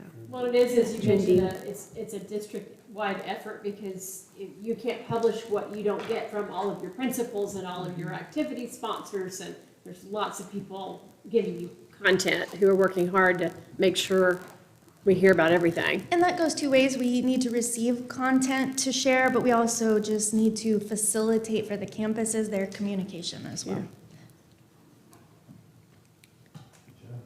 Great job. I didn't have to say a word because everyone from the board could say it. But the takeaway is in her last slides is this unified communication solution. We've been talking about it. We've been working. Tracy's been researching, and to do that is all of these other things that she's mentioning to get to that point. It's because we have to adapt, we have to change to how people want communication. We may wish they opened up emails more, but that's not going to happen. And so we have to look and find ways, as she keeps saying, to reach our public. We're competing with the rest of the noise that's out there, just everything else. But there are lots of options now. So. Yeah, and I think you need another person on staff that that's good. I would like to dedicate somebody to not letting good news drop because of the tyranny of the urgent and the fires on top of everything. I can see that. How much are we saving on not doing bulk mail? We haven't actually done bulk mail in a very long time. I know. But we have been saving for years, thousands of dollars on bulk mail. And also, Hundreds of dollars. when we talk about the unified communications, I'll be bringing to a budget explanation that we'll be able to drop some things we already have and repackage our services. So that won't look like just adding on to everything we have. I think the pattern of work is couch things in terms of what we saved. We're instead of saving what we money. spend, right? Save money on That's- schools. It's twice so far Well, tonight. and quite a bit of effort towards Communications. recruitment. So HR recruitment and our student recruitment and enrollment by changing perceptions and reputation as well. So hopefully ADA. Great. Thank you. Thank you, Tracy. Thank you. Conservatively estimated 50 million saved on bulk mailing. Put it out there. We're up to 100 million in one meeting? Is that One what- meeting, Yes. one meeting. Makes Mr. One Brooks happy. meeting. So with that, Wesley, monthly financial Yeah. report. Come on. How much did you save? Yeah. We want positive information. All right, well, good evening. We'll look at our September report briefly. It's the first month of our new fiscal year, 2022. So you'll see on the first slide, our general fund revenues and expenditures, our budget for 2022 there on the first column. Our adopted budget was a $1.89 million deficit. Actually, with our budget amendments from last month for items that were budgeted last year but received in the current fiscal year, auditors make us recognize that in this fiscal year, our adopted budget, amended budget, is a deficit of $2,065,000. On page 4 of the report, you'll see we have some enrollment data. The table there on the right shows our budgeted average daily attendance as well as some of our weighted ADA groups. We're still working on finalizing our first 6 weeks ADA numbers. So as we get that in the following 6 weeks, we'll update that projected column and see how that impacts us financially, although we do know we'll be significantly less than what we budgeted because our enrollment and attendance percentage is lower than what we budgeted. We also have a budget amendment in the consent agenda 22-4 to use funds from the district's committed fund balance for technology. We had a piece of firewall network equipment that failed earlier this semester and knocked the district out of internet service for part of a day, but this will restore that, as also provide a backup. Am I correct for that equipment? Yeah. We are to replace the original failed Right. equipment. This is to put in HA, high availability mode. So in the case if the original failed, this one kicks right in with next to zero downtime. Awesome. So it's a perfect example of why we have that committed fund balance for technology. And finally, the Senate Bill 1 last night, the House and Senate agreed on some property tax relief that they had been discussing. The House had proposed one thing, to send direct payments to homeowners. The Senate was looking at a one-year property tax decrease. They actually decided on increasing the homestead exemption. So it's going to go from $25,000 to $40,000 per homeowner, pending constitutional amendment in May. But I'm fairly certain that'll pass. And on average, across the state, it'll save the average taxpayer $175 a year. Any debt issued previously to this is hold harmless. The state will make up that funding loss, for instance, for our INS to pay off our bonds. Any questions on the financial report? I guess I have a question on the amendment. I think we expected to hear numbers about another potential budget amendment related to baseball and softball. Were we not ready with numbers for that yet? Nope. Okay, do we know when, or do we? I've communicated that. I'm saying by next week, we're hoping to call a meeting. I still have steps to take and just don't have firm numbers. Okay. So Thank there's you. no point to put it on the agenda. Any other questions? Have that deficit budget by the end of the year. Yeah, I know, I It's not in know. his control, but the ADA numbers are critical, if you look at that, as Wesley said. And the enrollment numbers, again, lower than projected. And at the beginning of his report, talked about, we approved $1.8 million deficit, and now it's closer to $2 million, so hopefully. Are we seeing our attendance percentages continue to come up? I know we said last Because time they of- were coming up. Because of efforts, in the virtual world with remote conferencing. Also, though, because we have so many less students that are affected by COVID. So there's less students that are quarantined, of course, and less students that may have it. So that's positive news as well. And so I think we've stabilized our virtual school enrollment, right, Dr. Otajima? Right. So stayed with us in terms of a couple of weeks now. We know they're committed to it. So that's good. We was always a little worried too if they would continue with us. So pleased with that. But we definitely were down, and so that first 6 weeks will be lower than we have ever had. The first 6 weeks is always your 97, 98 almost % ADA, healthy, start of the year activities. But we were running below 90 at times and 92s quite often, 93 quite often, until all of this worked. And then we got back up to 95, 96%. The commissioner's been very silent about if there's going to be anything, concessions made to districts because of the low first 6 weeks ADA. At this point, I doubt it, based on the third session and how they appropriated the additional CARES Act dollars. None of them went to public schools, so.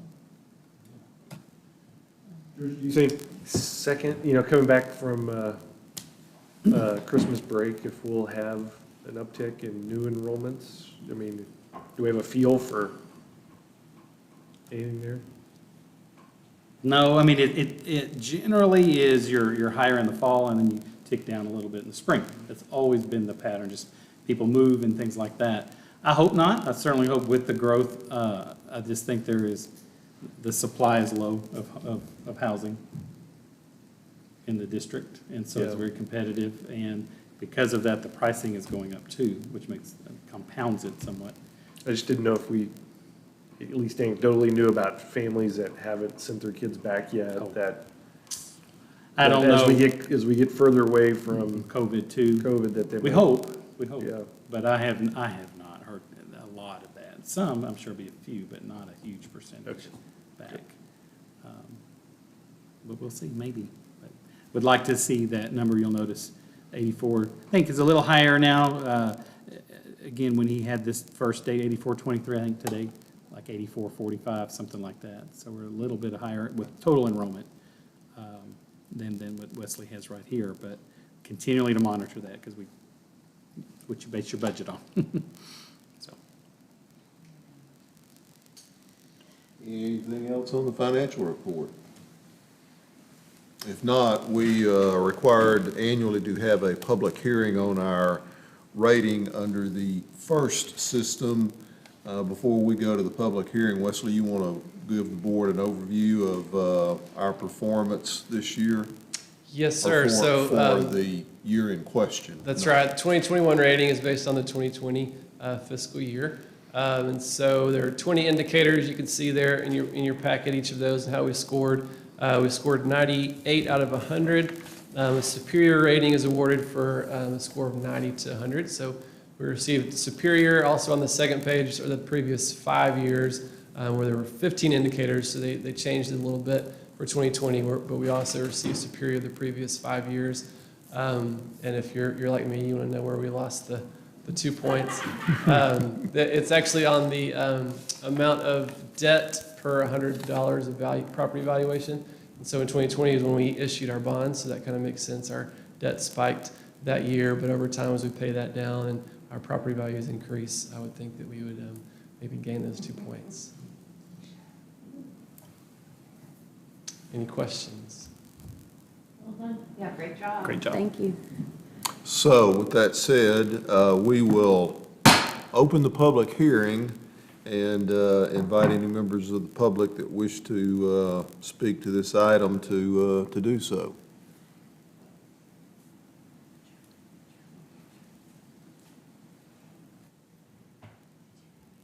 I'm going to say our attendance this year is the same as it's been for every year, so consistency's good. Not hearing from the public, we'll close the public hearing, and thank you, Wesley, for outstanding work as always in that area. Consideration items, consent agenda. We have our minutes from our September meetings, special and regular, the budget amendment that was just referenced by Wesley, approving our members on the School Health Advisory Council. We've got our district and campus improvement plans that Aaron had briefed us on. We have the schematic design, the new position request for communications, and then a trip for the chamber singers out of state. Does any board member wish to remove any item from the consent agenda? If not, do we have a motion to approve the consent agenda? So moved. Motion by Ms. Watts, Second. second by Mr. Witt. Thank you. All in favor say aye. Aye. Any opposed? That motion carries. Consideration of personnel. We need to approve one professional recommendation. Yes, sir. Do we have a motion to approve that professional recommendation? So moved. Motion by Mr. Tullis. Second. Second by Mr. Alford. All in favor say aye. Aye. Any opposed? That motion carries. We need to go into closed session. Yes, sir. Anything else on personnel to take up in open session? You want to do superintendent's communications before we go into close? Love to. Okay, so just curious, one of the things we always do, I know we're pressed for time, but if someone would like to share a highlight of the convention, something they learned, something that they took away, not to put anybody on the spot. Yes, our board meetings are very, very nice meetings compared to what a lot of people have been experiencing. And for that, I thank our community, our staff, our parents, everybody, and it's appreciated. Yeah, that's what we learned. I got a shout out from the chair in the actual TASB meeting, because twice I pointed out that a district tried to make and second their own motion, that's not allowed. And the second time, he called me out specifically and said he can learn, and so he disallowed it. So I was doing my best to stand up for Midway and do what was right. Stayed awake. Since we had to meet virtually last year, obviously because of COVID, I was just thankful that we were able to get together. I know that time is really restorative and a great time of community and fellowship just for our team of 8, but also with the boards and providers all across the state. And forgive me, I forget, there were 2 general sessions, and one of the school districts did an incredible presentation about, it was kind of the whole but COVID, and their theme was "We Will Rise Again." And it's so encouraging and inspirational to hear, in spite of everything we've been through in the last couple of years, that Texas public education is still going strong. And this is not we saw it several years ago. They did something similar in the wake of Harvey. You know, everybody's still head down doing their job, and kids are thriving, and people are going to work, and kids are getting educated. And it's really restorative to the spirit, I think, to see that going on across the state, and that's what convention does. I missed that last year. And then the speaker talking about the positive, aspect, that we have to be positive. We have to put the positive stories out there. Yeah. We have to be positive. We have to let everybody know all the good things happening with public education, and specifically at Midway. Yeah. And just how contagious positivity can be, and a good attitude. Well, culture makes a big difference. Culture, yeah. So that was my takeaway. Very good. Anybody down there have a takeaway? They did. I like Brad's takeaway that he told me. Mr. Tony's on a roll. It's his birthday, too. I've already said my piece. Yes, today's Brad's happy birthday. Happy birthday, Brad. George called for good things, and lest I not talk about good things, then I'm not gonna say anything further, because one of the things that I got was just our folks in Austin, the senators and the representatives, they continue to, not all of them, many of them, talk about how important the economy is, and a capable and educated labor force, and they continue to not do the right thing by school districts down there. So, and there's any number of sessions at the convention that reinforce that, legislative update being certainly one of them. And the economist, Ray Perryman, we had a pleasure of a luncheon with him, statewide economist, just talking about Texas and where we're headed, and the workforce that's going to be required, and the investment that is, he is saying that is needed in public ed is only going to have to increase to meet the labor demands. Yep.